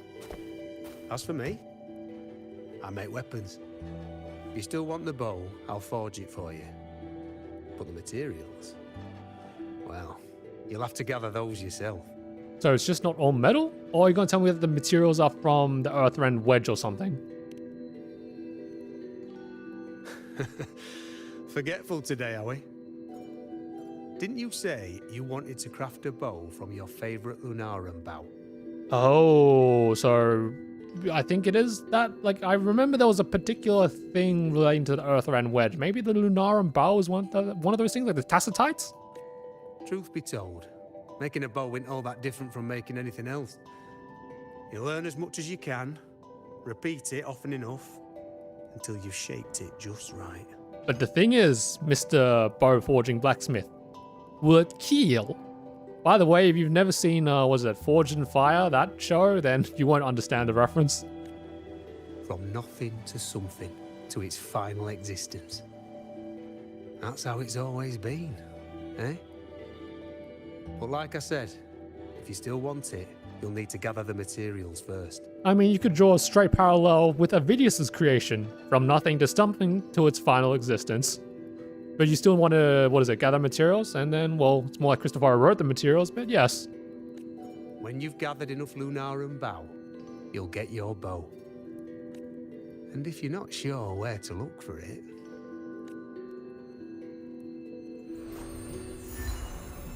By becoming Thor?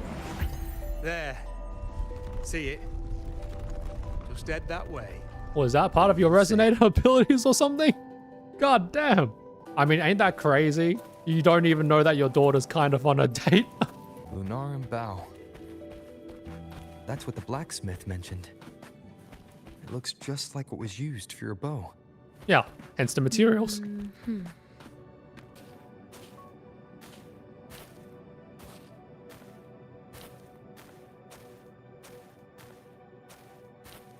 Not gonna lie, that looks like it could be some kind of Elden Ring bow. Chaos won't disturb us here. Oh, look at that. Oh, she's smiling. Oh, she must be very happy that she finally has a place to just rest and be free of the infinite darkness that is possibilities. Sitting just like that, huh? You're still just as spontaneous. And we love that about her. Shh, unwritten. What the? It's time for a rest. Come sit with me. Oh, she's really good at making me want to pull for her. Goddamn. Relax. Think about Chiwan. Think about Galbrenner. Those two could be cracked. Haven't seen their gameplay, but why didn't they want to do a gameplay drip marketing? I've never said it properly before, and I don't know if you fully understand it now. But now that I found you, I will bring you back. I won't stop until I do. That's our king. Because you said it, I believe you. Yes. We rest to manifest what we've already found. You know that whole thing about manifesting? Manifesting? This is just what Rover and Iuno is basically doing.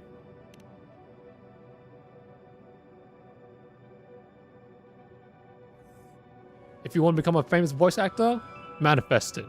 If there's a particular role you want, you manifest it. So all the voices, Jesus. Come on, don't bore me this quickly. Show me what other tricks you've got up your sleeve. Oh my god, it's child, Iuno. And she's beating up all the older gladiators because she's that talented. My gosh. Victory? That's the only befitting outcome. Jeez, now I think about it, do you think that Iuno could have beaten Augusta? Now spare me the words. I know I'll be first. Because Iuno was a born talented gladiator, but then she's also a born talented priestess. And then Augusta was neither of those. She worked really, really, really hard to become the F4 she was. And that was with a bit of aimbot as well. This is only the beginning. Soon, I'll be an even greater warrior than Mother ever was. Getting whatever she wants. Doing whatever she sets her mind to. Are you talking about me? Very well. I'll prove you right. God damn, why is your mother so fine? I mean, that makes sense. Now I know where the daughter got all her good looks from, but I mean, I don't even want to goon because this is such a really cute scene. And her mother pulls off the short hair really well, by the way. God damn. Prodigy, you say? If you want to call me that, I'll gladly take it. Still such a really cute scene. Just something about it is the happy little Iuno with her mother giving the head pat. Oh, so beautiful. But why are you so certain that who you see is me? Oh, so they were wrinkles. Still very beautiful mother. Oh! That was... Oh, that's not nice, Kuro Games. You guys are menaces for that. Huh? They're gone now. Oh, so she saw her mother's... Oh, that... Why would you do that to a little girl? The priestesses are... You lot are mad. Because this is fate's will. It has favored me more than others. And as a result, she sees fate more clearly. And as a result, she gets to see her mother's death, full picture frame. Because I can see what others cannot. Only I can see further. But... And now that I think about it, that's why she wanted to close her eyes, because it sucks knowing the future. And especially when you can't change it. It's like, you see, the first thing she saw was her mother's death. And guess what? She can't do anything about it. She just has to accept it. And that's a little girl, by the way. She has to face that trauma that early. So was it really, truly a gift, or was it kind of a curse? Well. Oh, what's this beautiful thing? Oh, this must be the Lunarum Bowl or something?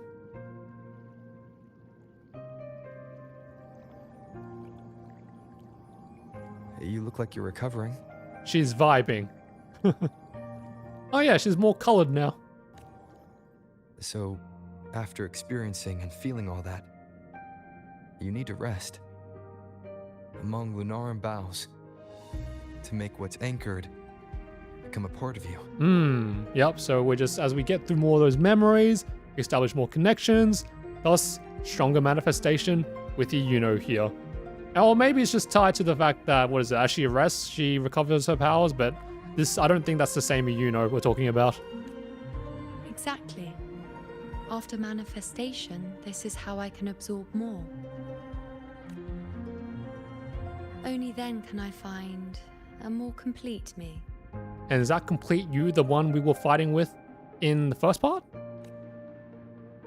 Unwritten, you are a clever one. I have been told plenty. The face card, always the face card with Iuno, Jesus. Another clue, let's go. Off we go.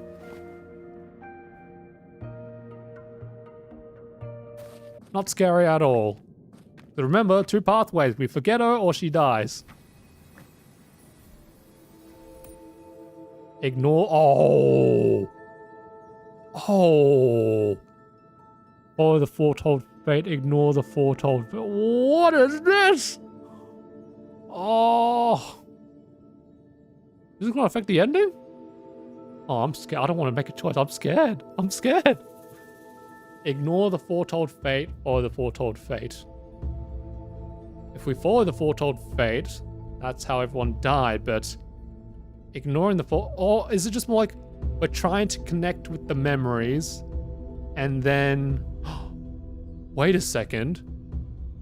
Maybe the follow the foretold fate is the Iuno from 3 years ago, and then the ignoring the foretold fate is the Iuno we're with now. So if we get to the Iuno we know now, screw it, I'm just gonna go for the one I know. Screw fate. Let's go. Forget the prophecies, forget being a priestess. Let's do what we truly want. If the future is a question, the answer's never in what others define. Exactly. Well, this is what Iuno does, let's just follow what she does. If we don't want to walk a determined path, then let's steer clear and try something we've never even seen before. Like trading your residence powers, no idea how you did that though. And she seems happy with the choice. Curious what happens if you pick the other one. Anchoring cannot wait, what? Did I pick the wrong one? The accounts for what's done is... Oh, shoot! Wow, okay, failed outcome. Oh, this is interesting. So was that the bad choice? Okay, if you make the wrong choice, then what? You just go back? Oh. Okay. We can't continue the anchoring. Okay, no, okay, I see where I went wrong because... Oh, wait, what's happening here? Right, okay, so you just have to essentially pick all the ones that will ensure that Iuno is anchored. And in this pathway, this is how she ultimately, you know, forgot herself. So pick the pathways we don't know. And it will lead to the thing that we need to know. Well, you gotta understand, I picked the other pathway because I thought that's what a Iuno would do. I cannot waste my talents. I will not turn a blind eye to misfortune. Since only I can do this, I'll be the one to see it through. A gladiator or a priestess, what does it matter?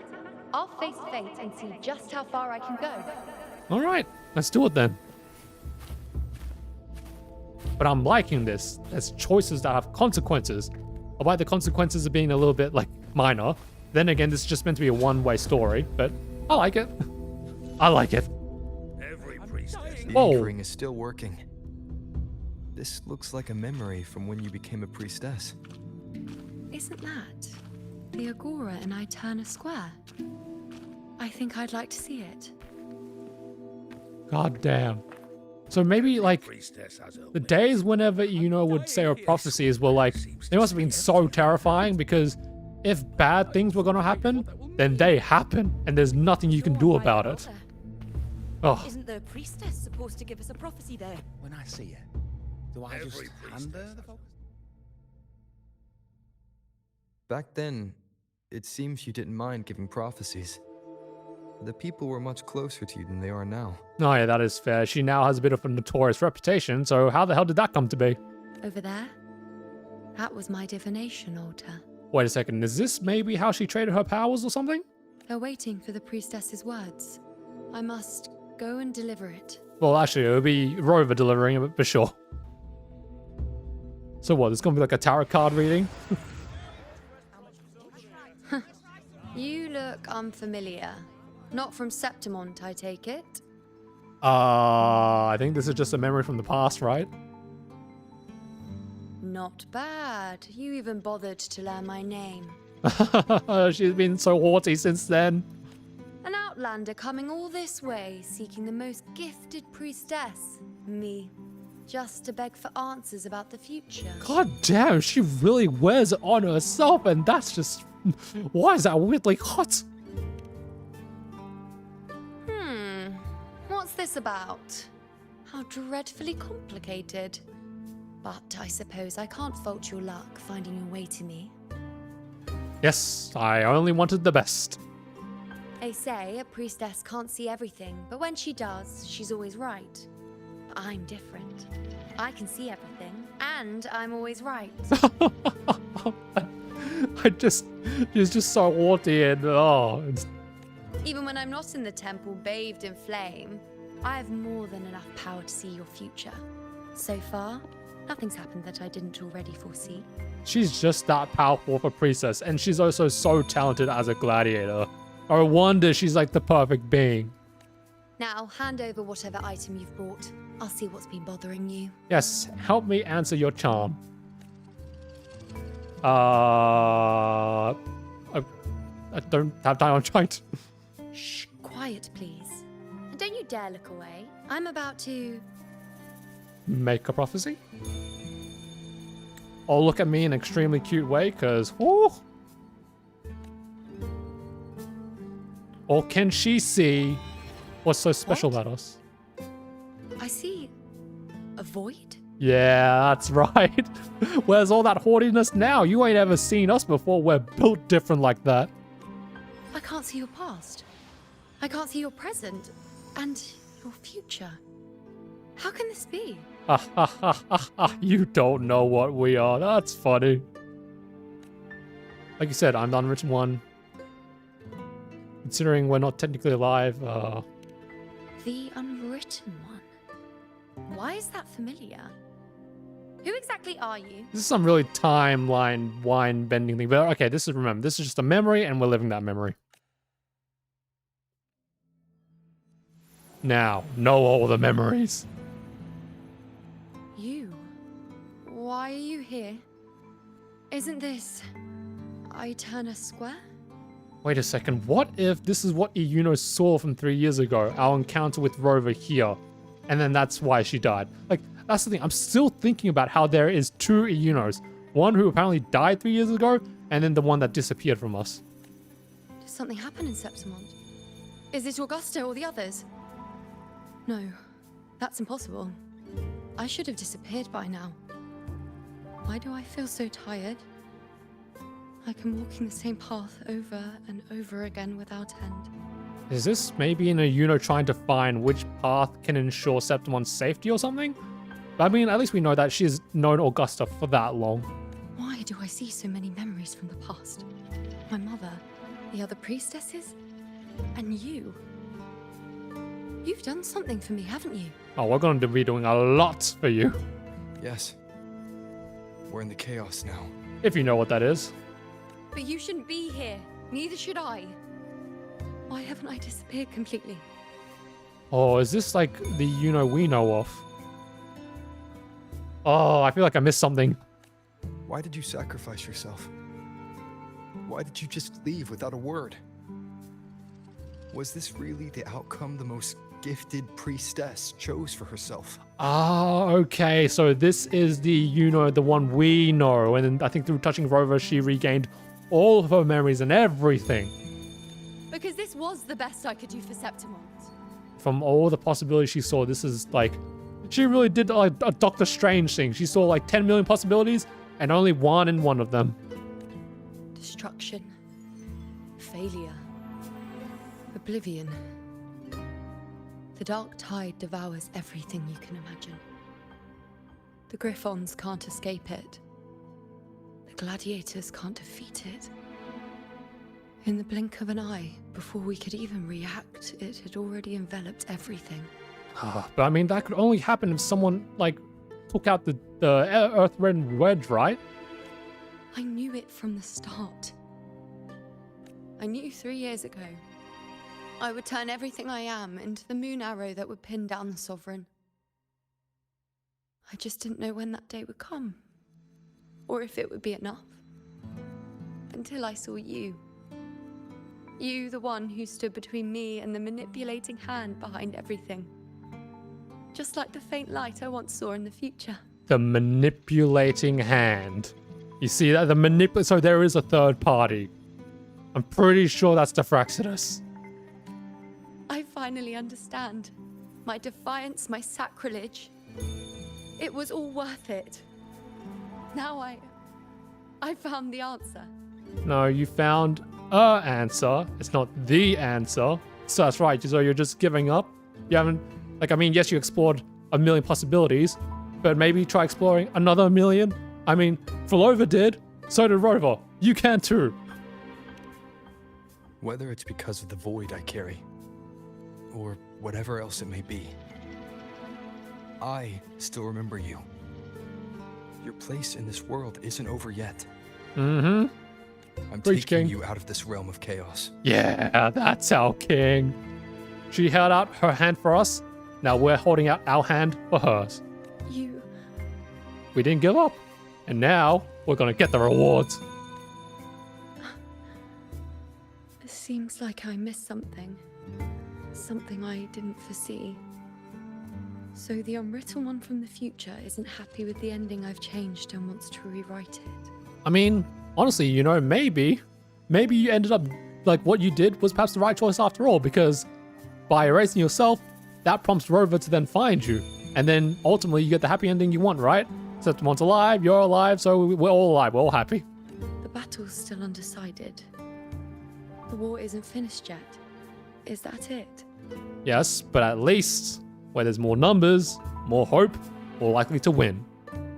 Yes. You traded your existence to alter the prophecy. But I'll anchor your existence and rewrite your ending. Yeah.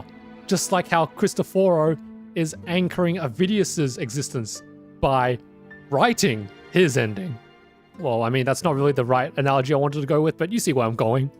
If I've ever guided you before, then now, let me guide you one more time.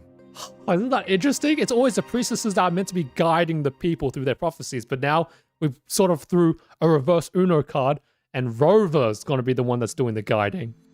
Really? Oh, yeah. I'll entrust myself to you then. And was that a proposal? But be careful. Don't get lost in the chaos. And I shall put my best foot forward as well. We shall meet at the very end. Once again, we're just trying to make Iuno manifest proper. Wait. Am I Iuno now? Oh. Whoa.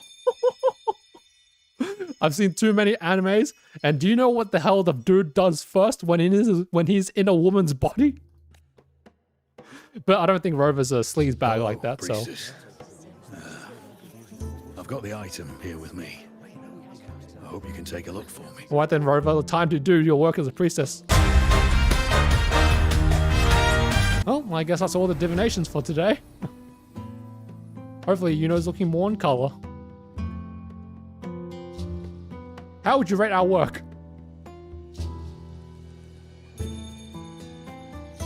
Part-time divination, Rover. What? Whoa! Christopher? Let's rest here. One more time. Oh, it's a Anchor Iuno theme. these memories and connections. Make them a part of you. And then Iuno will come back.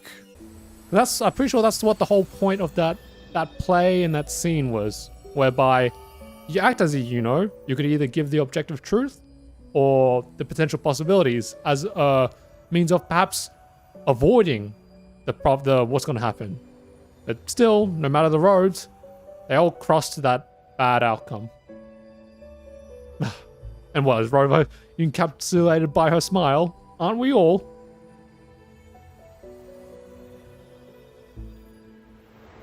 I can see further than anyone else. I can see things no one else can. Let's hopefully not have to see your mother dead. I've seen things Oh others can't begin to imagine. man. That was evil, man. So why? Why, at the moment, I should have seen the clearest, did I close my eyes and shut it out? Okay, well, at least from my thinking friggin' predictions video, I was kind of on the money here. I think Iuno must have seen something like, nope, I'm done with prophecy, screw that, and then, yeah, closed her eyes. I was so close. If I hadn't closed my eyes. Or are you telling me that maybe because with Iuno closing her eyes, she sort of gave up. She didn't want to see any more possibilities. I would have learned the causal chain and I could have stopped it. Ah. Oh. So maybe that's why she feels responsible for her mother's death, because she saw that her mother would die and she kept trying to find possibilities maybe where she wouldn't, but then she gave up. Her mother ultimately dies, and now she's regretful of that because she could have kept looking and looking and looking for more. And surely there must have been one where she lived. After that, I decided to keep my eyes wide open, no matter the cost. Look at that beautiful shot. Like, you see how you have the space here that's forming Iuno's wide open eyes, and then she's just looking into the infinity. I'll sit at the crossroads of fate. I'll stare into what's to come and not flinch, be it joyful, tragic, rebirth, destruction. Until I see it all. Until I know everything. Unfortunately, that's not even possible. You cannot know all of infinity. Because I am stronger than anyone else. This is something only I can do. But with great power comes great responsibility. Okay, so when she does something but doesn't, and then something happens, she feels like it's on her. If the priestess's prophecies were really perfect, we could avoid all misfortune. Or maybe because they're so perfect that no matter what you do, it will lead to that. As Master Ugo says, something about how often people take the path of destiny in their attempts to avoid it, or something like that. If there is such a thing as fate, then misfortunes cannot be avoided. Just because you know the outcome doesn't mean the journey is worth it. Ah, okay, so now this is like sort of the different perspectives on the whole fate conversation. If life is destined to follow a predetermined path, does it even matter if we know our fate? Now I ask you, viewers, what do you think of fate? I personally think my definition of fate is ultimately the one, it's ultimately the one we follow. Because if I know my future, for example, that I'm going to get hit by a car, then you'd think, oh, then all I just have to do is never be in an area where I'm hit by a car ever. But, maybe in behaving like that, that is ultimately what gets me hit by a car. So that's why I'm of the belief that I don't think fate can be changed. I think it's already been inscribed. All that we do is just one singular path.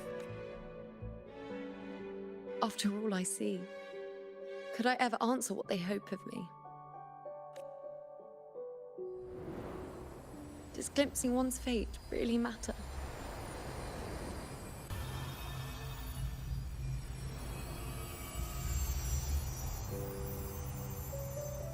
I do like the timing of the OST. Feels really beautiful. And now, Iuno's more colored. A little bit more colored. It's like we're getting that saturation meter closer and closer to 100. Or is this 100 already?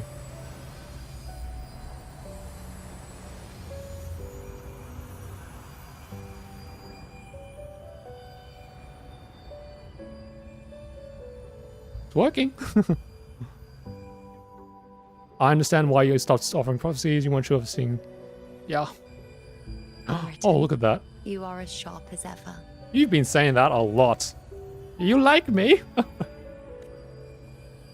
Seeing is simple, but facing what you see isn't. It's like they say, knowing's one thing, doing it's another. In your eyes, I see my past self. I also see my present self. Together, they overlap to create a more complete version of me. Though I'm still confused, how is it that you died 3 years ago? That's what I'm still trying to figure out. Is it maybe that in her disappearing, it's like, we are now in a timeline where, died 3 years ago or something? But now there's Augusta. Still giving prophecies, Like the first time we met on the plains. You told me you saw a glory as bright as the sun. One that would earn me respect. So we get to see their first meeting or get glimpses of it? Truth be told, I didn't think much of your words back then. When I want something, no one's permission is needed. Nothing could stand between me and my goal. I really think that's the mindset we should all have. Just if you want something, get it, no matter what's in your way. When the prophecy came true, though, I found it unsatisfying. What? You thrive on the challenge? God damn. Imagine thinking you are the master of your own fate, only to learn, for better or for worse, everything you are is part of fate's design. It's as if fate chips away at the untamed part of you, turning you from a wolf into a caged rabbit. Oh, I do like that analogy, right? It's just like, you could be, if not for fate, someone that fights for whatever they want. There is nothing that is predetermining you what's going on. You are a wolf, you want that meat, you get it, like the predator you are. But then with the intervention of fate and knowing how things end and everything, you're trapped in the confines of this prophecy. It's like, no matter what you do, you're always going to be stuck within the confines of that fate. So I like the analogy of Augusta. That was a very good way of putting it. And you saw it all so easily. Truths as clear as the moonlight, bright, yet distant and cold. I know you are not one to believe in prophecies. No, quite the opposite. I do recognize the priestess's abilities. Seeing the outcome gives us insight.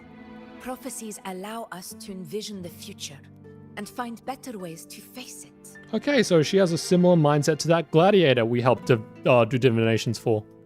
In every one of Septimon's auguries, the priestesses foresaw disasters that would befall the land, but also the hero who would rise up to face it. Huh.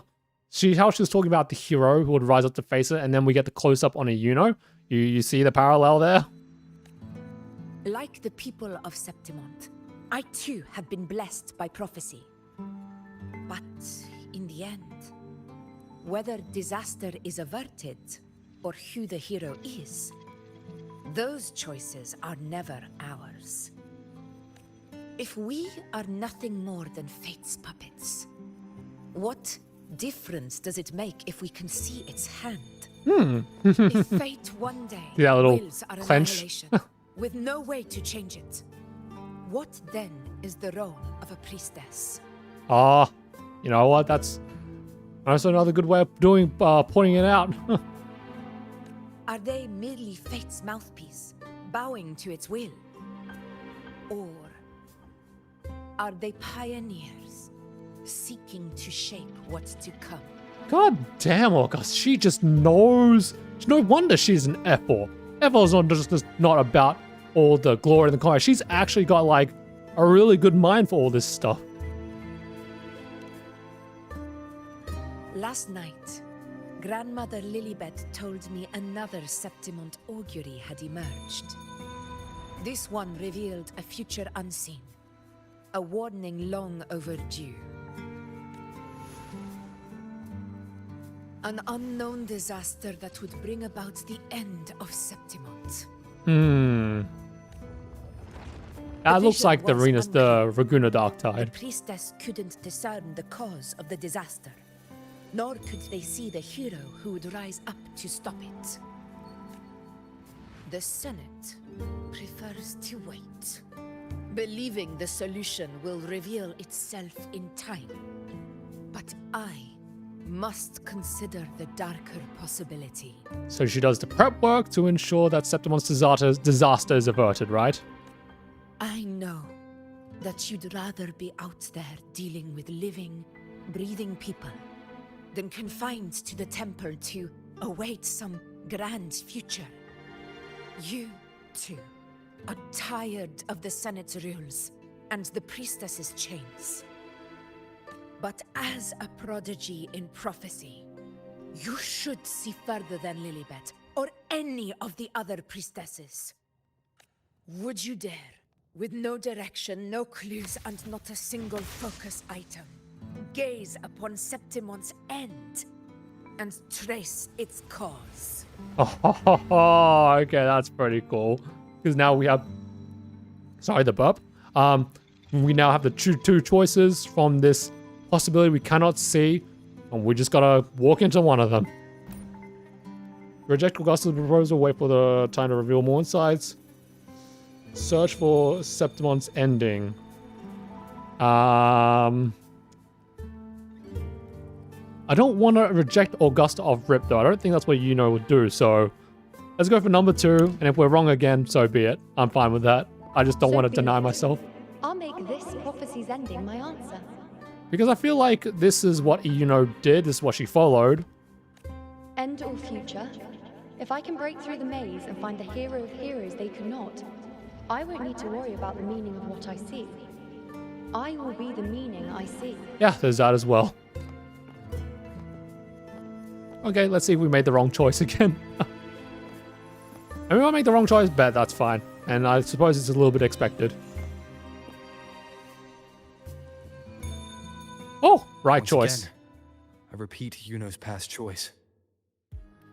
But last time when we repeated Iuno's past choice, we were wrong.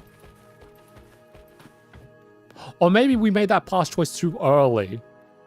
As in, like, that first choice was one 3 years ago, not like the actual, Over there. you know. It looks familiar. Perhaps we can stop to take a breath and rest, if only for a moment. You sure it's completely appropriate to be resting here? Look at that moon. It is dripping with that dark tide, Bukake. I don't know, but something about it is different. Yeah, it's covered in black. I must have been there before and done something. Something important. Sacrificing yourself. None of the other places felt like this. But why is it so ruined, so silent? There should be people and more light, like how it was when it all began. Let's go find out. Oh, cutscene. Just Rover versus the Chaos. All the Tacit Discords. All the Dark Tide Tacit Discords. You know!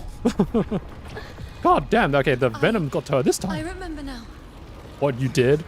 This is the place where it all began. Oh, wait, is this from like... It's also where it ended. Is this... Okay. Run! Come on, do the thing that Shawkeeper did. Break through it. Oh. Oh. Oh. Go there? The dark tide is starting to surge. Yeah, it is. Is that another one of Chaos's tricks? Don't get in my way. Gotta hurry. Running out of time. Run, boy, run. Now. Now what? This? Yes. That way. Okay. I think it's a little bit glitchy, that slow motion, but okay. Whatever. Manifestations of chaos. Where is it taking Iuno? How can I find her? But when she says this is where it all began. Iuno wanted to come here. What did she remember? What's different about this place? When she said it's where it ended, does that mean it's the way out? First David, then Lillian, then Ari, Vincentius, Perla, now even Anassa. Please, Iuno. Weren't you able to help us before? Was this like a expedition party she tried saving? Just like when you told us to use a spear against the Tacit Discord. Help us see something again. You must be able to see something. Oh, this is the same guy we helped out before. All of us doomed to die. If that's true, why did you come with us? Just to watch us die? No, it's not like that, Ethan. No. The Dark Tide's corruption is spread too wide. It's covering their retreat, we can't catch them. The moonlight offered us some illumination, but... Then there's still the question of how did Iuno trade her powers? I don't think that's going to answer it, do they? Now it too is being swallowed by the Dark Tide. Oh, and then she puts the moon in her or something? Oh, jeez. Looks familiar. A priestess's candelabrum. Broken, just like in the trailer. But as to why, did it get so damaged? Maybe this is where Iuno traded her powers. Like, this is like a representation of that. Fate unveils itself to the priestess. Oh, yes. Following its guidance. It's like the usual thing we know. Reaches the end again and again, foreseeing its conclusion. Right. Heads fall, whimpers fade. Okay, it's just like a retelling of the tragedies of her predicting abilities. Variables added. I mean, it visions is expanded. very beautiful, but She sees no hero. yeah, very dark as well. It's been beautifully presented, without a doubt. She sees no hero of heroes. Not yet, she doesn't. The priestess is never wrong, but she despises her own truth. Yes. For her success is Septimon's defeat. Hmm. Defeat. Why? Defeat. Oh, I want to. Okay, no, this is just a Iuno fall into madness. If fate one day wills our annihilation, if we are nothing more than fate's puppets, When that time comes, what good is a priestess? I'm also a bit locked in, but like, I believe there's not much else to comment on. Septimont will be known. Nothing will remain. Only she. You see that teardrop? saw You see that every tear? You see that? Yeah, you know. Okay, you all of us lives. knows. Sure, we all saw that. Whoa. You know? Why? Why? Why? She not okay. Hundreds of days and nights spent in fate's embrace, staring at the end. Those glitches, man. I'm getting scared here. I tried to see everything, missing nothing, but not once did I see a single future where Septimont still stands. Just always trying to find a future for everyone. So this is the answer you give me. Oh, did she really trade her powers with the Dark Tide then? Or is this just like a manifestation of her tragedy? Accept it and even be grateful. To know our inevitable doom, and tell the people to. Priestess, what more do you hope to achieve? Priestess, what more can you do? Haven't you already seen it all, plain as day? Haven't you seen it countless times already? Actually, that reminds me, isn't that what the Dark Tide specializes at doing? Revealing the truest, deepest desires or something like that? Yes, I saw it. A clear, undeniable future. I know. All I need to do is convince myself this is the final answer. Oh, okay, so she just gave up. Because all the tragedies from constantly trying to see futures just got to her. And then she's just like, can't I just, you know, ignorance is bliss, just accept what it is, don't change it, cool, we all die. But how could I ever accept it? Oh, there's also her resolve to consider. How could I be content? Oh, cuties. Come on, girl. Find your resolve. With our very existence being denied like this. So the whispers also got to her as well. Because look, this is the same thing that was attacking freaking Augusta. Right? I feel like the whispers were also getting to her. And then you also at times saw some weird glitches. And there was some like weird camera movement. Decide Septimon's fate. Or maybe, no, there's no whispers on her. Maybe it's just like the whispers are, or the Dark Tide, I should say, we're really just trying to accept our win. Accept it. But then, you know, it's like, no, I will not. Space? Oh. Clenching. Cuties.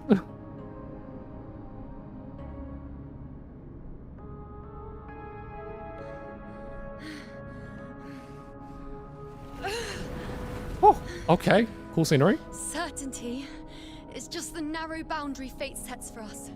The immeasurable, the free. That is where our dignity lies. A mouthpiece, a silent witness. If this is what you expect of me.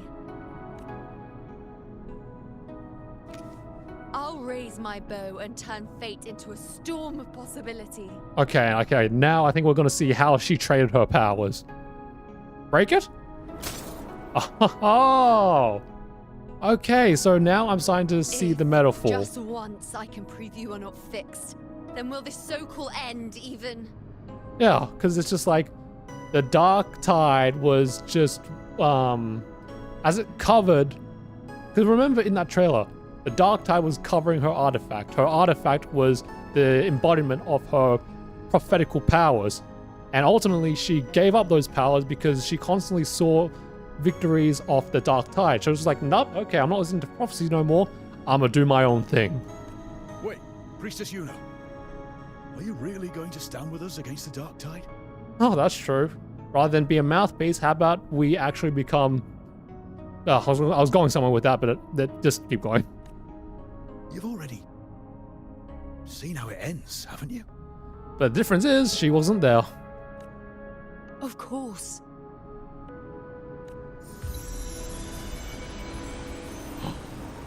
Is this gonna be like Rover's entrance? That'd be sick. Okay, I'm doing no. this because it's what I want.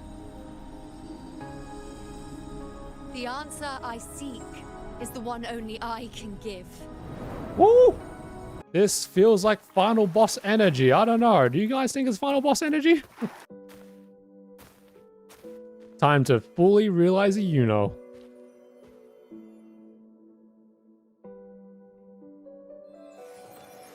Although, to be fair, this definitely does feel more like a companion quest. That's for sure. Because it's really just around trying to get Iuno back, rather than progressing the story immediately. Which is fine. I mean, I suppose I don't mind that. We need a bit of an interlude before we finish off Rena Sita. Fine. The Lunaran bows have grown strong. You've done well with your anchoring. And why do you know what the hell we're on about?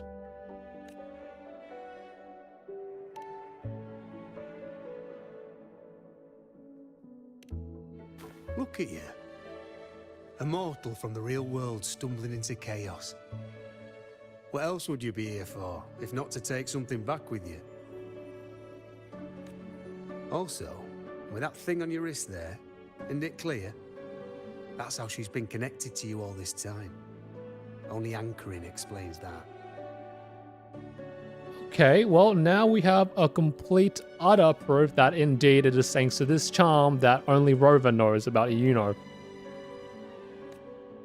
As for your second question, that's even stranger.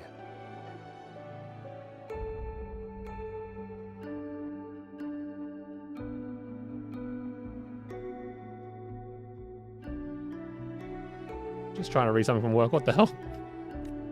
Along the way, you met priestesses, gladiators, and many others chasing prophecies. Did you ever stop to wonder who they were? You gave me a strange feeling, so I asked. You're the only one who doesn't clearly belong to any past. You seem to know. Yeah. What is it you expect to hear then?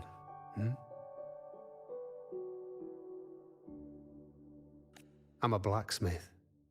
Long dead. Once a forger of weapons.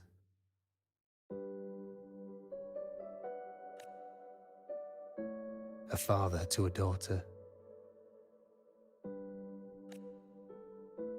A reflection of her past in the chaos.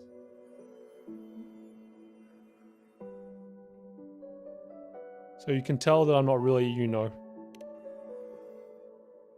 Aye. But just like the question of who I am, that's not the point. What matters isn't me, but you. Isn't that right? Yeah, I'm sorry. I'm just mostly being speechless this whole time. I'm just reading. You noticed, didn't you? The more you rested near the Lunaran bows, the more memories and connections manifested into reality. Iuno's spectre became more real, and the bows grew. But now, Chaos has that spectre. After all, it was never truly Iuno, was it? But the Lunarum bow. That's what the two of you built along the way. Yeah. I thought that was sort of obvious from the get-go, not gonna lie. There'll be no more doors to choose from. You can keep the bow and take it back with you. Find a new spectre to follow. As long as you have it with you, that should be enough. Thanks. I mean, it is. I didn't like say it before, but I appreciate how much, father knows her daughter. Or do you still want me to forge it into a bow? A new weapon? That'd be sick. Still choices to make, but more intangible. Aren't you asking me to make a choice now? We were gathering Lunarum boughs to forge the bow. I wonder if, we're gonna create the moon bow here? Just like I came here only to anchor her and bring her back. If you cut it here, all your previous anchoring will be for nothing. You might have to start over many times, with things going even less smoothly. Are you willing? Well, from the very start, we'd been saying we're gonna make sure this happens, no matter the sacrifice. Not to mention being trapped in chaos for so long. There's a chance she's already forgotten her will to fight. Are you sure you want to throw away all the certainty you've built just to gamble on a possibility? It's like the choices we faced as we were doing the prophesizing job. Isn't that what I've done from the start? I'm sure I have to try. If I start over, I'll do it better next time. Well, they all point to yes. Forgotten? To fight? I don't know who you think she is. But the Iuno I know is not someone to give in so easily. Okay, come on, Rover. To be fair, the dad's probably passed a long time ago. He doesn't know how Iuno's grown up to be. She promised we'd meet at the end. As long as Iuno needs a bow, I'll be the one to carry it for her. You threatened him with a sword. Relax. I always thought you followed the light's guidance.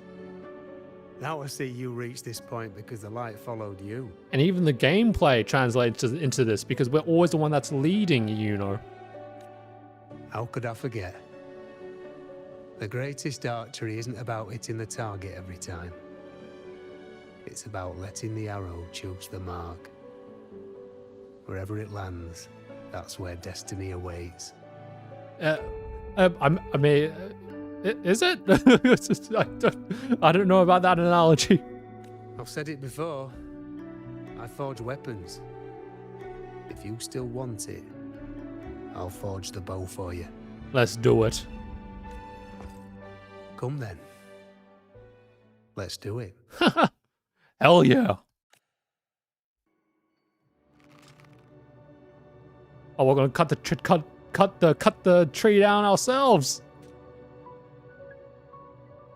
Yeet. Oh, okay, go do this a few more times. In real time, Rover becoming a chop. Oh, was it the freaking? I forget what you call those people. Axe tree chopping people. Woods hunt cut. Freaking hell. What's the Red Riding Hood story again? The wood cutting person? And we see that leaf again. Oh, okay, this feels like final boss energy. This is... I assume it's back in that time when...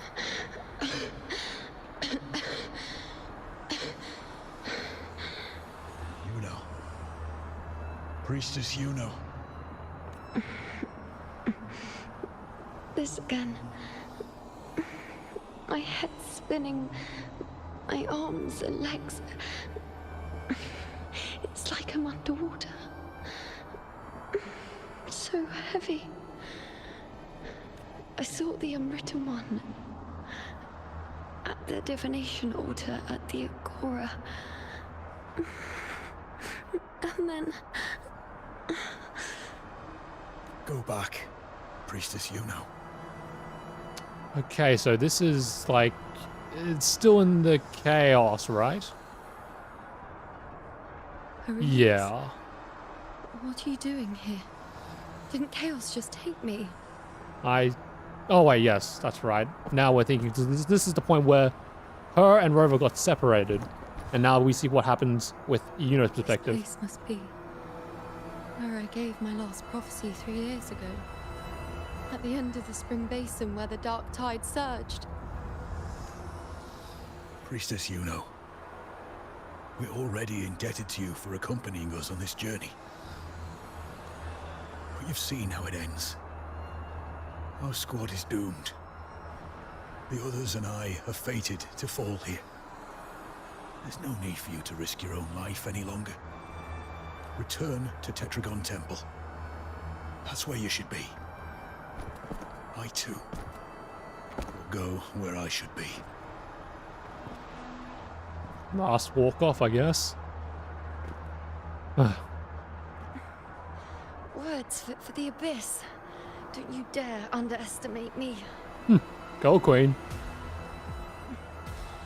Where to go, what path to take. That's something only I decide. And the same leaf. Oh, I guess that's like symbolic for something, but I can't catch on to it. Okay, not. Oh, wow. Is this going to be the final boss? It's Kadunto, but corrupted. Which is actually not bad. Bastards. Always hiding in the dark tide. It's the voice of hope. Damn, they look coated. Then I'll send you right back into it. Oh! Okay, this is like... Oh, song. This might have cinema here. We ready? Okay, but what is Iuno gonna be doing? That's the thing. Or is it gonna be like Rover is gonna come? Oh my gosh, that's the false sovereign in full. Jesus. Oh, loving the cinema. Now we have it from the cutscene. Again, as always. But why would I just stand by and watch you, accept you, complete you? Oh, I like that forward throttle of dialogue. Endless possibilities, all leading to doom. And then we have the bow. Rover? Yeah, there. Oh, transition to 2D. I like it. Oh. No, even if the end is here. Okay, the music is rising up. The right to refuse. Yeah. The Lunaran bow has Oh, okay. Rather than being epic, this is like really artistic, beautiful. I need no one's guidance. And finally, she's reunited with her bow. Fly through all of them. Ooh! Damn! Wherever I choose to aim. Oh. My true destiny. The beat on the music is just like very innovative. Oh, and cleaning the moon. Ah. Oh man, I got goosebumps. Oh Jesus! This is the full song. Oh, so this is what they're doing with the OST. God damn. Okay, bet. This is awesome. I'm liking this. Oh, this is how Iuno's meant to be played. Oh gosh, I forgot. I was playing with her on a debuff. Ah, the narrative purpose, but you know what? That's fair. Kill the allies. Ah. Oh, actually, not rather than not being a debuff, it's just because I couldn't do her resonance liberation. That's why. Oh, okay, here we go. Ah. This is awesome. This is epic. Oh. Oh, shoot. Ooh. Water mode. Cutscene time again. Ready for cinema, maybe. But this definitely feels like the final act, right? Whoa! Are these all the possibilities of her? Wow! See all this?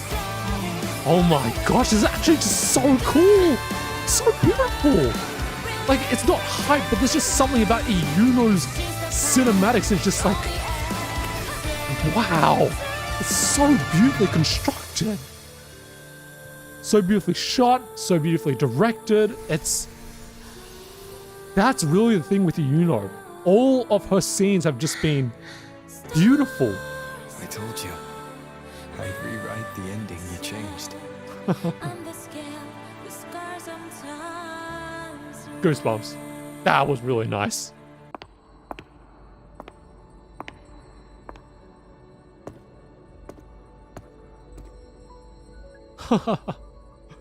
They could totally kiss and I'd be fine with that. Yes. We've come out of the chaos between life and death, between existence and non-existence. I'm still confused about the whole, why is there a version of her that died 3 years ago versus the one we know of now? Maybe they explained it somewhere, but it just completely slipped my mind. But anyway.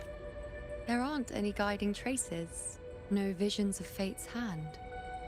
It's just you and me and our own grasp on what's to come. It's like, I noticed I didn't really go as hype and as crazy, but like I couldn't, because those scenes, like, you don't scream about for something beautiful, right? Compared to before, now what we see is an unwritten void. It all comes full circle. stretching as far as the eye can see, an infinite void. More vast than what I saw within you, or anything I glimpsed in the future. So this is what our changed ending looks like. An ending you can't see, but it's still very open. No longer an indeterminate chaos or a singular answer given by someone, but an infinite sea of possibility awaiting choice. It seems there's nothing, but in truth, there's everything. So this is the true meaning of a void. Now, it's time to leave this place. Yeah, let's go. I want to go back to real life. I've been in the chaos for too long.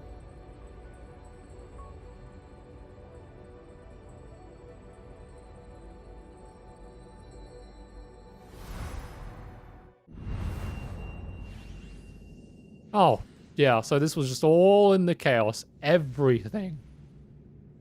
Wait. Why is it only me? Oh, is it going to go back to the whole thing about, oh, now she's dead? Which I swear. Where's Iuno? Please just jump scare us out of nowhere. The way into chaos is closed. Lillibet's not here either. Did the ink ring fail? Or is it not over yet? Oh, come on. Okay, what's going on now? But Iuno and I made it to the very end. Does this mean this is the new ending I created? Okay, yes, perhaps we are living in the new timeline now. Only one way to find out, right? For a moment, you can't quite tell. Were those times with the Iuno real, or just a dream? Oh. Whoa, okay, this is new. This is very new. I'm liking how they're spicing up the storytelling. Oh. I swear, if there's like the moonlight that appears in the sky as we're flying, that'd be... I might just bust to that. Even I fear being forgotten. I don't even want to talk, man. I just want to... I want to bask in all this. I want to look at it. Because if there is a major difference between Augusta and Iuno, and it makes perfect sense with their characters in mind, Augusta's was hype, was awesome, action-packed. Iuno was mysterious, beautiful, just like her character. Oh. I won't let go. I don't want to let go. Oh my god, she's so beautiful. Don't get lost in the chaos. More and more I'm feeling like I should push that pull button. But of course, if we're to truly know if she's alive or not, See Lillibet anywhere. I'll ask those priestesses over there. I swear to God, if it says something, oh, who's Lillibet? That will ruin my day. Don't you think it's odd? Even if we can't see the next part of Septimon's auguries, it still shouldn't be such a white blank. Or maybe Iuno's just chilling by the temple. Grandmother Lillibet also said that for the first time, some of her records in Septimon's auguries were rewritten. Aha, okay, so that means Iuno, she should be alive again. Yes, it's like there's a whole new part to the story. Huh? Wait, aren't you the one they call the unwritten one? Basically like a celebrity over here. This is our first time meeting you in person. Looking for Grandmother Lillibet. And please don't say who's that. She returned not long ago. Okay, great. She was here just now. Oh, I think I know where she went. Underground. I swear to God, if there's something about like AVIDIUS killing her, that would be cruel. I don't know why, but things just keep happening today. Apparently, that AVIDIUS, locked up below, overheard the priestesses talking about some prophecy and escaped. Just like that. So he's not there anymore? I think Lillibet must have gone to handle the situation. Okay. No, that's not it. AVIDIUS wasn't being locked up. He chose to stay here. If he wanted to leave, Lillibet wouldn't worry about him. Alright, there's that as well. I think she was called away to the celebration. Oh, our one.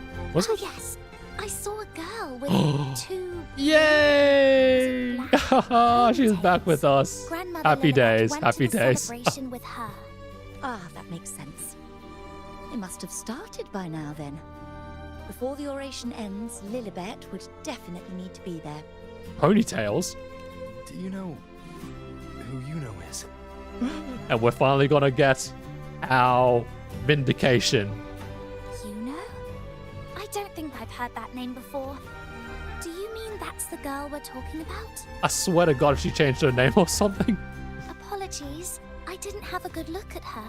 Okay, so they know her by name, but not like bio appearance. We've only just become priestesses. There is much we still don't know about this land. Maybe she was Iuno. Maybe that's their way of just jump scaring us. If it's important, perhaps you might try looking for her at the celebration. Come on over, toast! I guess this is the Rose Bearer Festival. Straight till we drop. Finally.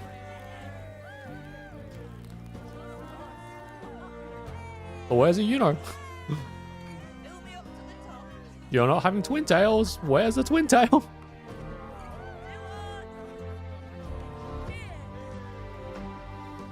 We should just live in the moment and enjoy what we have now. That's more like it. Okay, so that's like a parallel to that one of the prophecies that we did. But we're still looking for Iuno.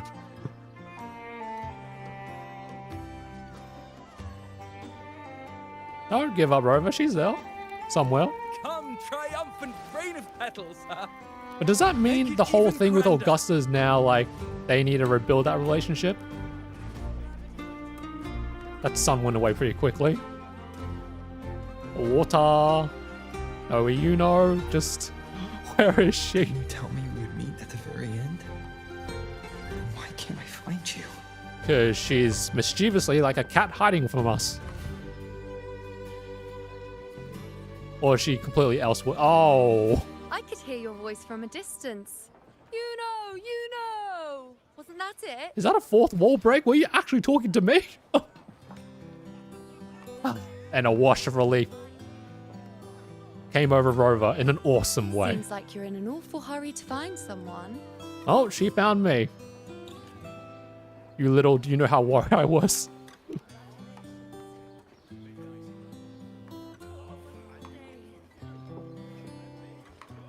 I thought you'd like this, us slipping back into our old familiar rhythm. Now you know I'm still me, and yes, I really am back. Stop that. More and more, I'm about to click that pull button. Okay, now's the time to talk. Ah, then we had the victory anthem. It's just like you saw at the end of the chaos. 3 years ago, at the end of the spring basin swallowed by the dark tide, I, as a priestess, made my choice.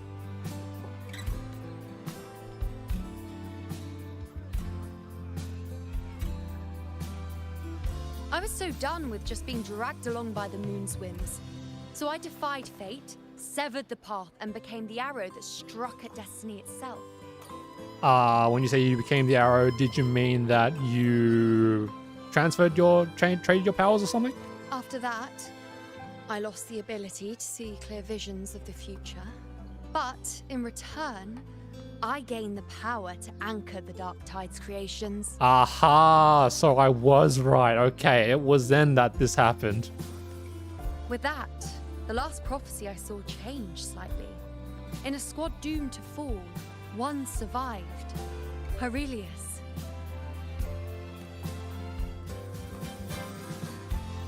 If I can do it once, then I can do it a second time, then a third.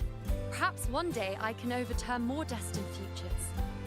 I suppose that's right, but isn't there like a consequence to all that you did?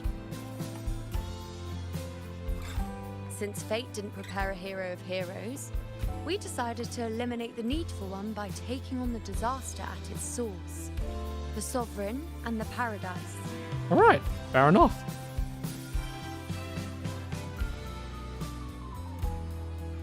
This is the plan Augusta and I made. Though I did hide the teeny tiny cost. My ass, it was teeny tiny. We went through a whole few hours trying to get through your cost.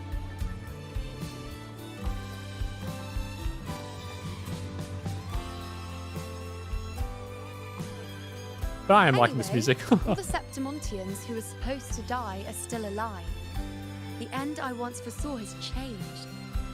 The meaning of this has already transcended my own existence. Because we have another existence. A literal void.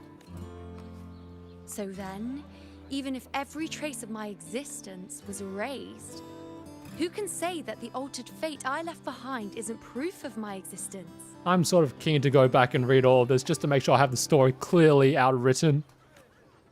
More importantly, I had the privilege of standing by your side to witness what lies beyond the end. The void. An unwritten void. Perhaps it signifies the unimaginable possibilities yet to come. Perhaps there's that as well. Just like you, bringing unknown possibilities to Septimont. And to me. This OST is actually really beautiful. God damn. Let's make sure there's no next time. Yeah, don't do that to us. No, no, no. Not good for our heart. Why? Sacrificing myself? Or just trying something I'm not sure about? The first one. Second one, we always do that. Wow, this is such a nice song. You know me. I follow my whims. And the more I trust someone, the harder it is to keep my impulses in check. I mean, that just shows that she's very, very comfortable with us. And then that whole scenery of her being covered in the petals. I mean, the vibes are there. So there.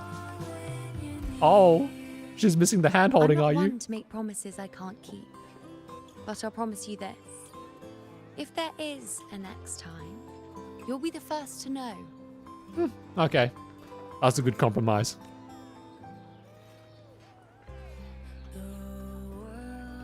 And when I do, you'll get the full story, no holding back. Bro, the song, this picture, like, it's fan service, but come on, man, come on.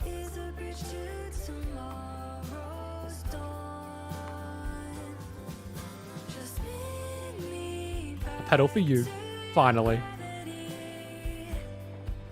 I mean, yes, she did grab it off our ear, but like, do the people remember you now? That's fair. I've run into a few friends since being back. Not one of them recognized me. Ah. Okay, so it's like, Iuno chose to remove her existence, thus creating a new universe whereby she doesn't exist. And in this doesn't exist world, she had basically died 3 years ago, apparently. But then Rover, in becoming her anchor, that's why he says, I'll rewrite the ending. So this is the ending he rewrites that we're living right now. Iuno doesn't die those 3 years ago. She's alive, but she's never really met the others, I guess. I think that's what it meant. I think it's more like he rewrote her ending whereby she doesn't die, but I guess she was never in... She doesn't die, but her not being known in Septimon is still a thing. So... my speculations are all over the place. The price we had to pay. It's still so sad, though, that Augusta, she doesn't have that closeness to Iuno anymore. But at least, you still remember me. You pulled me from the chaos and brought me back to existence. That's enough. Oh, I'm certain Augusta and I, along with the rest of them, will be thick as thieves again. This time creating new features. You really shouldn't underestimate my charm. Yeah, but I mean, it's still unfortunate you have to go all the way to do it again, because, you know, the whole thing about sacrificing your bonds, those very beacons of human existence, that's what Flashback gave us the whole spiel about, and now it's... I mean, it's all gone, but I mean, I suppose we should live on the hope that it can all be rebuilt again, and really that's what matters, the fact that it can be rebuilt. Oh, yes, and this bracelet. It is now a permanent gift. This is the second time I've given this to you. Never mind the first time, but I wouldn't refuse a second time if I were you. God damn it, okay. And I should just say no. Being the second time means there's been a change. Now it's a testament to our secret little interaction. I've anchored the world, and you've anchored me.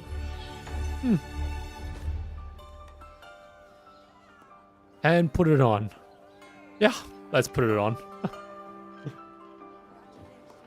She's with us now, so might as well just give it a test, you know? We just put it away. I think it'd be really rude. See? Smiling. I bet you if we put it away, she wouldn't be smiling. That'd be unfortunate.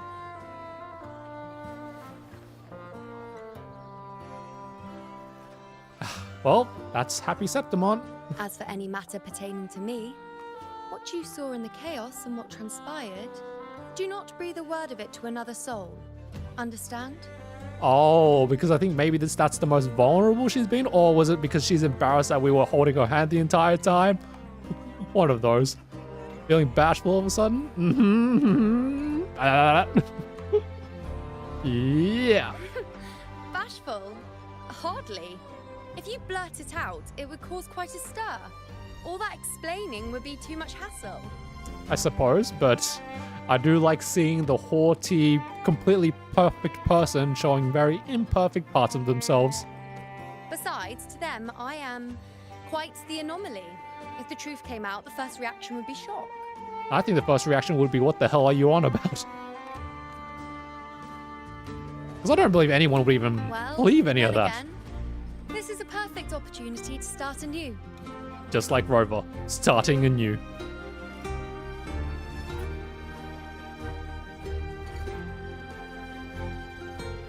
Aww.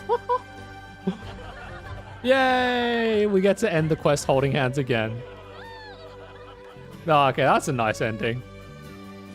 2D image? In Septimon, it would be a crime to miss the height of the celebration. Oh, this feels like Lupa and Rover all over again. After fighting side by side, we share honey and wine under a rain of petals, drinking to our heart's content. Surely you've heard of this little tradition of ours, haven't you, Unwritten One? I'm pretty sure Lupa also told us something interesting, but I swear, is Twin Tails just the meta? Come on, let's go. Together.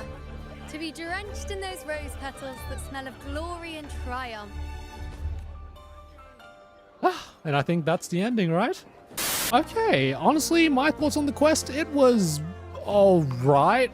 Part of me was sort of expecting a little bit more. I guess just like perhaps there being an epilogue whereby we see Christopher with AVIDIUS or something, or maybe we see Galbrenna entering into the Avinolium or something. Like, yeah, this quest was definitely a pleasant time, a very beautiful time for sure, but it, for sure, 1000%, it felt extremely like a companion quest. This was essentially an Iuno companion quest. So, it was, I mean, yeah, it was fine. But of course, those are my thoughts. I'm keen to hear what are your thoughts on the companion quest in the comments below. Follow my socials if you want to keep up with your boy, and like and subscribe if you want more from me, boy. Much love, and I'll see you for the finale of Renacita.